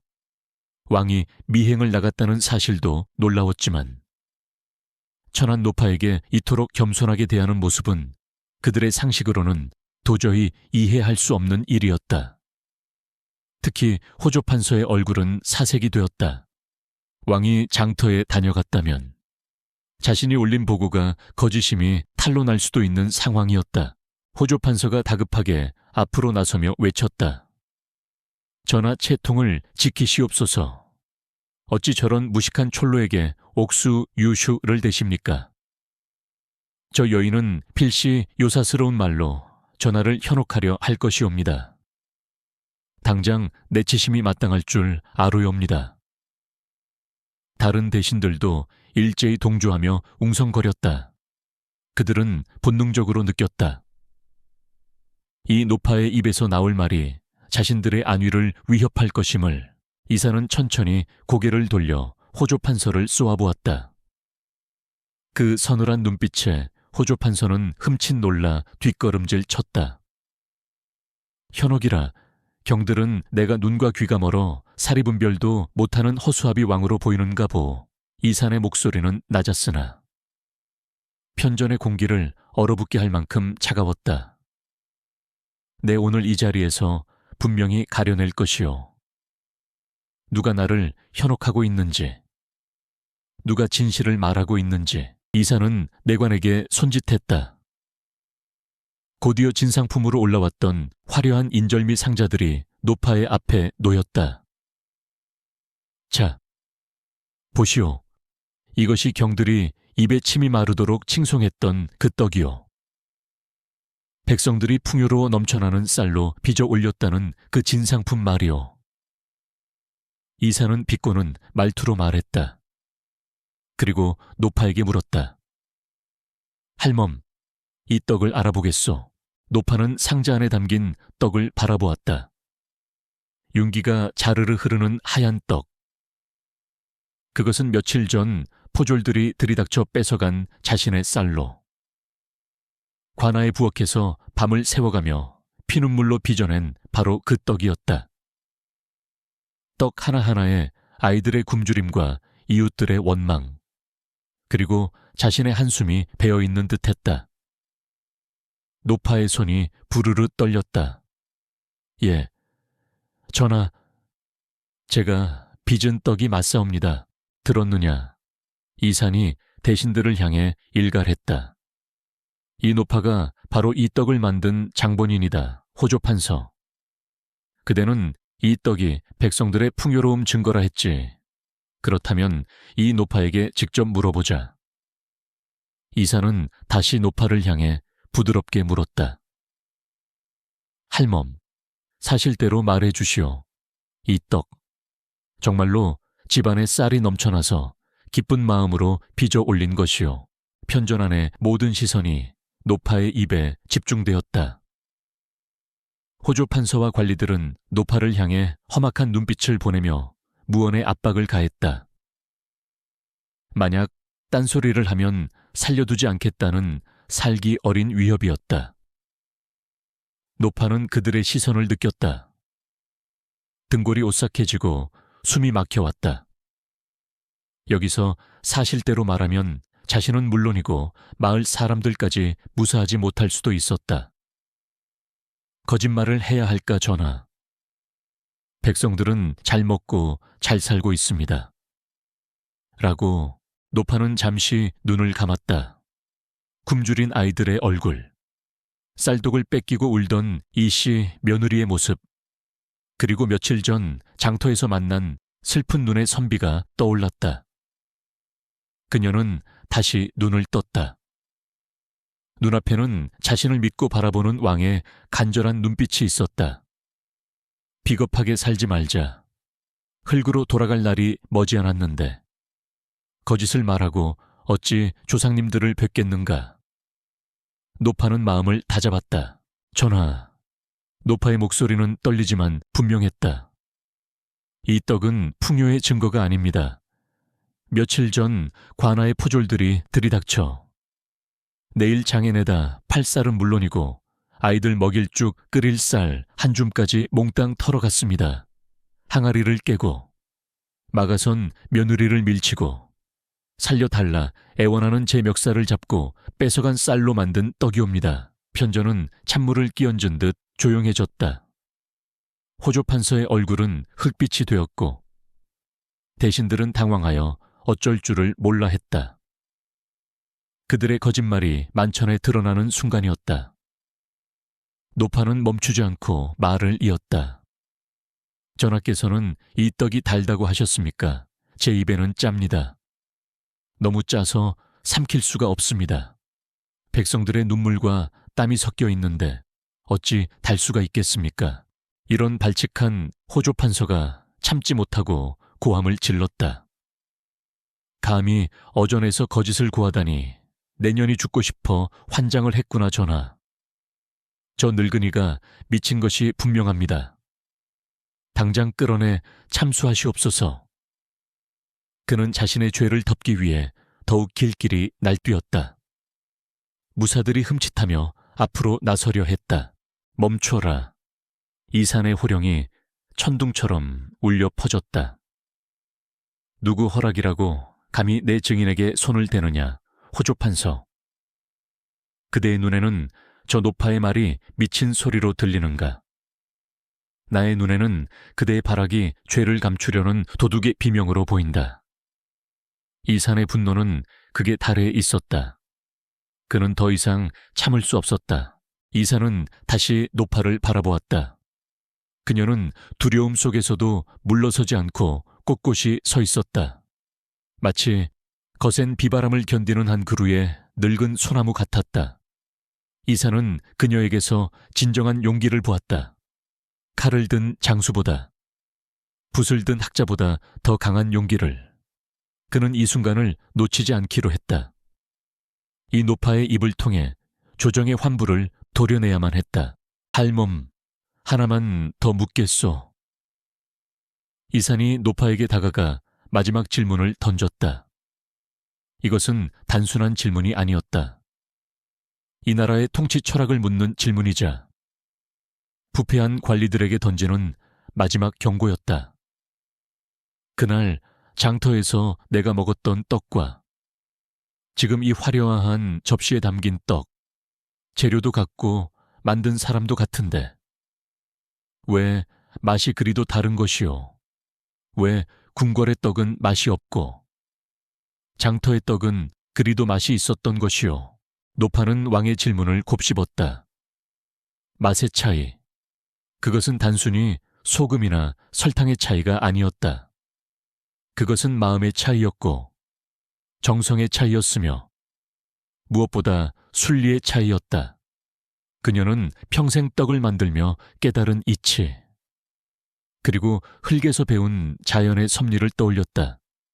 글을 배운 적은 없지만 몸으로 익힌 철학이 그녀의 가슴 속에 있었다. 노파는 호조 판서를 비롯한 대신들을 천천히 둘러보았다. 비단옷을 입고 거만한 표정을 짓고 있는 그들. 그들은 마치 쌀독에 기생하며 쌀을 파먹는 바구미 떼와 다를 바 없어 보였다. 그녀는 크게 심호흡을 했다. 이제 그녀의 입에서 나올 한마디가 이 썩은 조정의 공기를 가르고 잠들어 있던 왕의 칼날을 깨울 것이었다. 전하, 쌀을 씻어보셨습니까? 노파가 뜬금없는 질문을 던졌다. 대신들은 웅성거렸다. 저 무지렁이가 감히 전하께 질문을 하다니. 그러나 이사는 진지한 표정으로 고개를 저었다.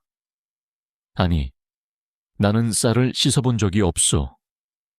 노파는 씁쓸하게 미소 지었다. 그렇다면 모르실 겁니다. 물이 맑아야 쌀이 희어지고 쌀이 깨끗해야 떡이 고와진다는 것을요. 그녀는 잠시 뜸을 들이며 좌중을 압도했다. 그리고 천천히 입을 열어 마지막 일격을 준비했다. 그녀의 눈빛은 더 이상 촌부의 것이 아니었다. 세상을 꿰뚫어보는 현자의 눈빛이었다. 편전의 촛불이 갑자기 크게 일렁이며 타올랐다. 마치 그녀의 말을 기다리고 있었다는 듯이 물이 맑아야 쌀이 희어지고 쌀이 깨끗해야 떡이 고와집니다. 노파의 말은 잔잔한 호수에 던져진 돌멩이처럼 파문을 일으켰다. 그녀는 주름진 손을 들어 허공을 휘저었다. 마치 쌀을 씻는 신용을 하듯. 전하, 장터의 떡은 제가 새벽에 길어온 맑은 우물물로 씻어 만들었습니다. 제 마음이 편하고 즐거우니 그 물도 달고 시원했지요. 그래서 떡에서 단맛이 나는 것입니다. 노파는 잠시 숨을 고르더니 시선을 호조 판서에게로 돌렸다. 그녀의 눈빛은 비난이라기보다는 연민에 가까웠다. 하지만 이 진상품 떡은 다릅니다. 이 떡을 씻은 물은 흙탕물이었습니다.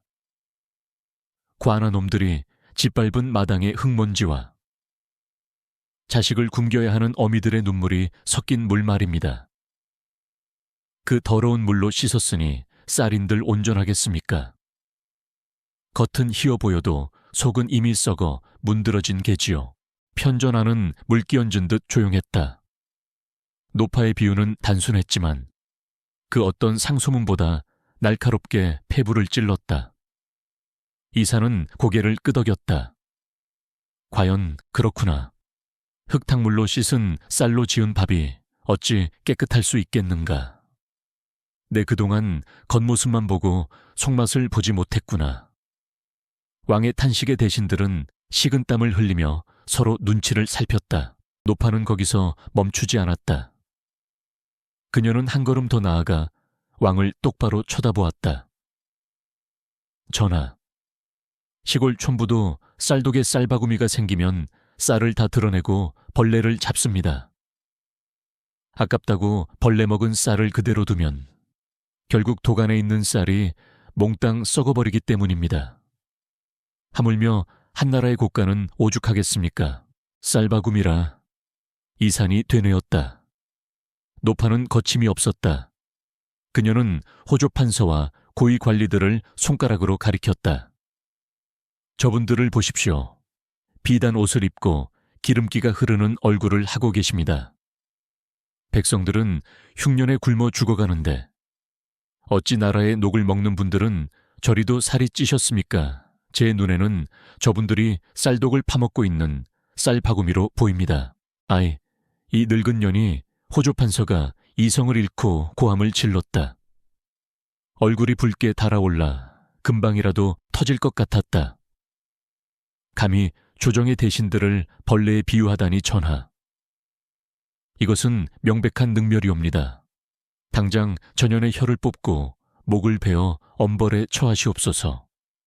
편전이 떠나갈 듯한 고함 소리에 내관들이 움찔하며 뒤로 물러섰다. 그러나 노파는 눈 하나 깜짝하지 않았다. 내 목을 베는 것은 두렵지 않소. 하지만 내가 죽는다고 해서 쌀바구미가 사라지겠소. 오히려 내가 죽으면 도가는 더 깜깜해질 것이고 당신네 같은 벌레들은 더 신나게 쌀을 갉아먹겠지. 그녀의 목소리는 낮았지만 판서의 고함보다 더 크게 울렸다. 그것은 죽음을 초월한 자만이 가질 수 있는 기백이었다. 이사는 자리에서 천천히 일어났다. 그의 눈빛은 더 이상 슬픈 선비의 것이 아니었다. 분노와 결단으로 타오르는 군주의 눈빛이었다. 그만 닥치지 못할까. 이산의 호령에 호조판서의 고함이 뚝 끊겼다. 판서. 그대는 지금 자신의 목소리가 얼마나 추한지 모르는가? 저 노파의 말에 틀린 것이 하나라도 있는가? 이사는 단상 아래로 내려와 노파의 옆에 섰다. 그리고 대신들을 향해 섰다. 과인이 그동안 눈이 멀어 쌀독에 벌레가 들끓는 줄도 몰랐구나. 윗물이 맑아야 아랫물이 맑다고 했다. 너희들이 흙탕물을 일으키고 있으니 백성들이 어찌 맑은 물을 마실 수 있겠느냐. 왕의 목소리에 서린 살기에 대신들은 바들바들 떨며 바닥에 엎드렸다. 호조판서는 들으라. 이산이 차갑게 명령했다. 그대는 흉년임에도 불구하고 허위로 풍년을 보고하고 과인의 눈을 가렸으며 백성들의 고열을 짜내어 자신의 배를 불렸다. 그것도 모자라 죄 없는 백성을 겁박하여 억지로 진상품을 바치게 했으니 그 죄가 하늘을 찌른다. 이것이 쌀바구미가 아니고 무엇이더냐. 호조판서는 털썩 주저앉았다. 전하, 억울하옵니다. 소신은 그저 국가의 재정을 튼튼히 하고자 그는 변명을 늘어놓으려 했으나 이사는 듣지 않았다. 여봐라, 의금부 도사를 불러라. 지금 당장 호조판서와 그 무리들을 하욱하고 그들의 집을 수색하여 부정축제한 재물을 모두 몰수하라. 왕의 명령이 떨어지자마자 대기하고 있던 금군들이 들이닥쳤다. 그들은 호조판서와 연루된 탐관오리들을 거칠게 끌어냈다. 전하, 살려주십시오. 전하, 끌려나가는 대신들의 비명소리가 편전을 가득 메웠다. 화려한 관복이 벗겨지고 상투가 풀어진 채 질질 끌려가는 그들의 모습은 참혹했다. 조금 전까지 노파를 벌레 보듯 하던 그들이 이제 진짜 벌레처럼 내쳐지고 있었다. 순식간에 편전하는 아수라장이 되었다. 그러나 그 혼란 속에서도 노파는 태산처럼 고요히 서 있었다. 그녀는 끌려나가는 관리들을 보며 통쾌함보다는 씁쓸함을 느꼈다. 인간의 욕심이란 끝이 없어. 결국 자신을 파멸로 이끈다는 사실을 다시 한번 확인했을 뿐이었다. 쯧쯧. 쌀 아까운 줄 모르더니 꼴 좋구먼. 그녀는 혀를 찼다. 소란이 가라앉고 편전에는 다시 정적이 찾아왔다. 남은 신하들은 숨조차 쉬지 못하고 엎드려 있었다. 이사는 거친 숨을 몰아쉬며 노파를 돌아보았다. 아니, 어르신. 이산이 정중하게 불렀다. 그대의 한마디가 나를 깨웠소.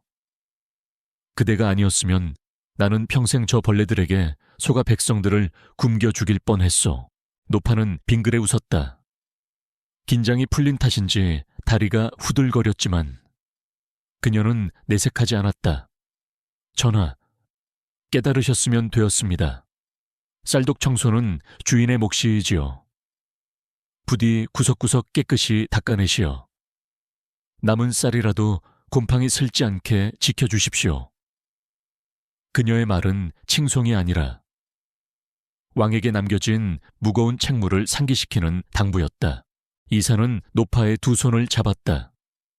거칠고 굳은 살이 박인 손.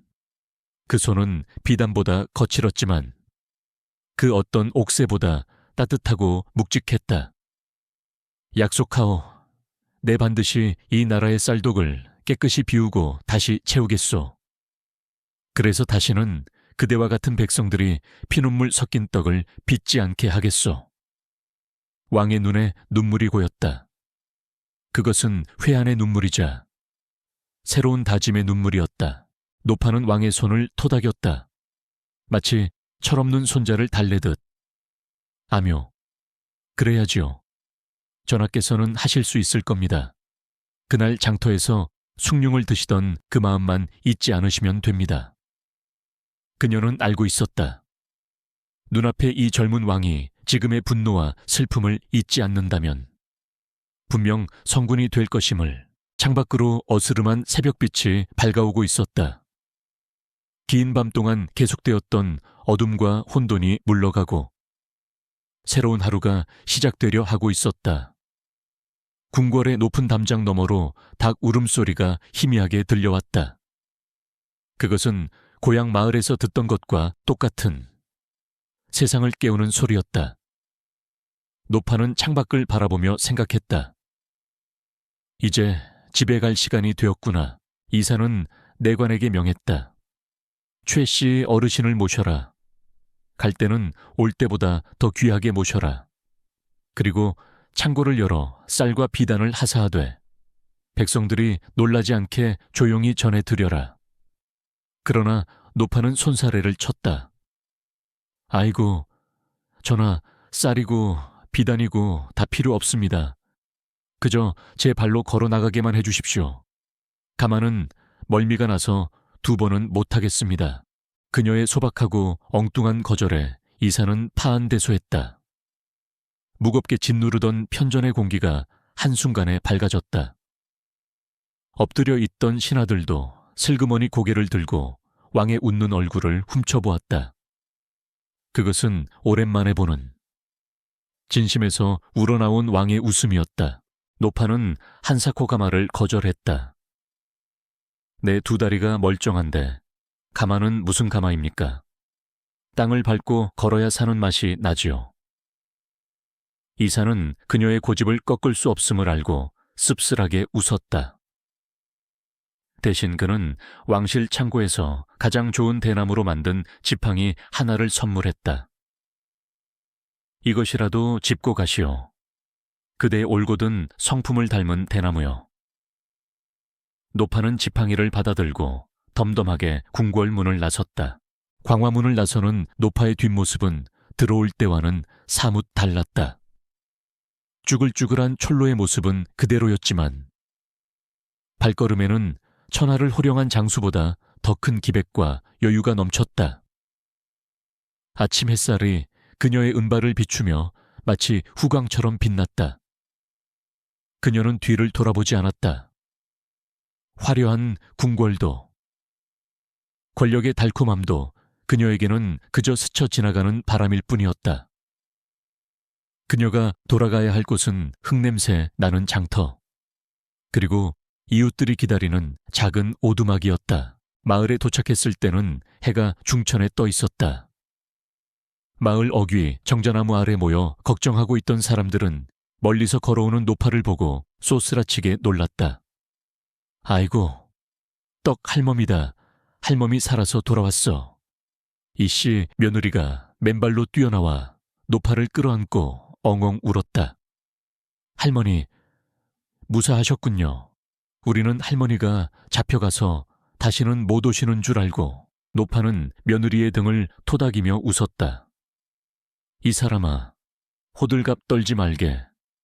내 그냥 임금님 구경 좀 하고 온 것뿐이야. 임금님도 눈 2개, 코 하나 달린 사람이더구먼. 그녀는 궁궐에서 있었던 일을 자세히 말하지 않았다. 자신이 호조 판서를 꾸짖고 왕을 깨우친 일 따위는 무용담으로 늘어놓을 거리가 아니라고 생각했기 때문이다. 그저 무사히 돌아온 것만으로 좋겠다. 며칠 후 마을에는 천지개벽할 소식이 전해졌다. 호조 판서를 비롯한 탐관오리들이 줄줄이 파면되고 유배를 갔다는 방이 붙었다. 또한 흉년으로 고통받는 백성들을 위해 세금을 감면하고 관아의 곳간을 열어 쌀을 나눠주라는 어명이 내려왔다. 악랄했던 형암도 의금부로 압송되고 새롭고 청렴한 형암이 부임했다. 관아의 포졸들이 집집마다 돌아다니며 지난번에 뺏어갔던 쌀을 되돌려 주었다. 아니, 뺏어간 것보다 더 많은 양의 쌀이 위로금이라는 명목으로 지급되었다. 세상에, 이게 무슨 일이래. 해가 서쪽에서 뜨겠네. 마을 사람들은 덩실덩실 춤을 추었다. 그들은 이것이 떡 할멈 덕분이라는 것을 짐작조차 하지 못했다. 그저 임금님이 마음을 바꿔먹은 것이라 여기며 만세를 불렀다. 노파는 마당 구석에서 그 광경을 지켜보며 조용히 미소 지었다. 되돌려받은 쌀독은 다시 가득 찼고 마을에는 웃음꽃이 피었다. 아이들은 배불리 먹어보리 통통해졌고 어른들의 주름진 얼굴도 펴졌다. 노파는 그것으로 충분했다. 자신이 쏘아올린 작은 공이 세상을 이토록 따뜻하게 바꿨다는 사실에 가슴 한구석이 묵직해졌다. 계절은 흘러 어느덧 봄이 깊어졌다. 겨우내 메말랐던 대지를 적시는 봄비가 내리기 시작했다.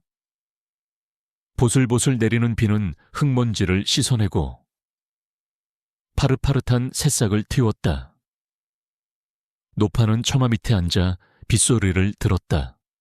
타닥타닥. 빗방울이 장독대에 부딪히는 소리가 마치 떡매를 치는 소리처럼 경쾌하게 들렸다. 비가 참 곱구나. 쌀 씻는 물처럼 맑아. 노파는 혼잣말을 했다.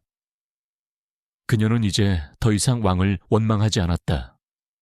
멀리 한양에 있는 그 젊은 왕이 빗자루를 들고 나라라는 큰 쌀독을 부지런히 청소하고 있음을 느낄 수 있었기 때문이다.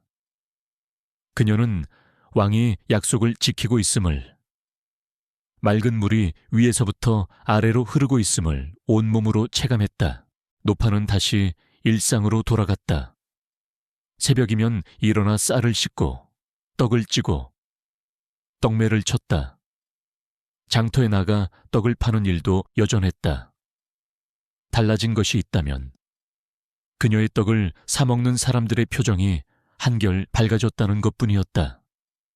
가끔 장터에는 왕을 꾸짖은 전설의 떡 할멈에 대한 소문이 돌았지만 노파는 그저 허허 웃으며 덤을 하나 더 얹어줄 뿐 자신이 그 주인공임을 밝히지 않았다. 어느 날 낯선 행상인이 장터에 들러 이야기를 전했다. 한양에서는 임금님이 떡을 드실 때마다 이 떡은 짜지 않으냐고 물으신다는구만. 그래서 수라간 상궁들이 떡간을 맞추느라 진땀을 뺀다지 뭐요. 그 말을 들은 노파는 빙긋 웃으며 하늘을 올려다보았다. 구름 사이로 비치는 햇살이 따뜻했다. 이야기는 여기서 끝이다. 떡을 팔던 노파 최 씨는 그 후로도 오랫동안 장터 한 구석을 지키며 살았다고 한다. 그녀가 만든 인절미는 여전히 투박하고 소박했지만 그 맛은 세상 그 어떤 산해진미보다 깊고 달았다. 사람들은 그 떡을 먹으며 배고픔을 달랬고 서로의 정을 나누었다. 세월이 흘러 노파는 흙으로 돌아갔지만 그녀가 남긴 이야기는 바람을 타고 빗물을 타고 전해져 내려왔다. 권력 앞에서도 굴하지 않는 당당함, 그리고 이웃을 사랑하는 따뜻한 마음이 세상을 바꿀 수 있다는 소박한 진실을 일깨워주면서 비 오는 날이면 지금도 북악산 자락 어딘가에서 구수한 떡 지는 냄새가 날 것만 같다.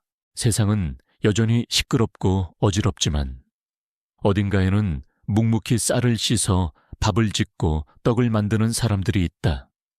그들이 있는 한 세상의 쌀독은 결코 비지 않을 것이며 언젠가는 맑은 물이 흐르는 세상이 올 것이다. 노파가 꿈꾸던 짜지 않고 달콤한 떡을 모두가 배불리 먹는 그런 세상이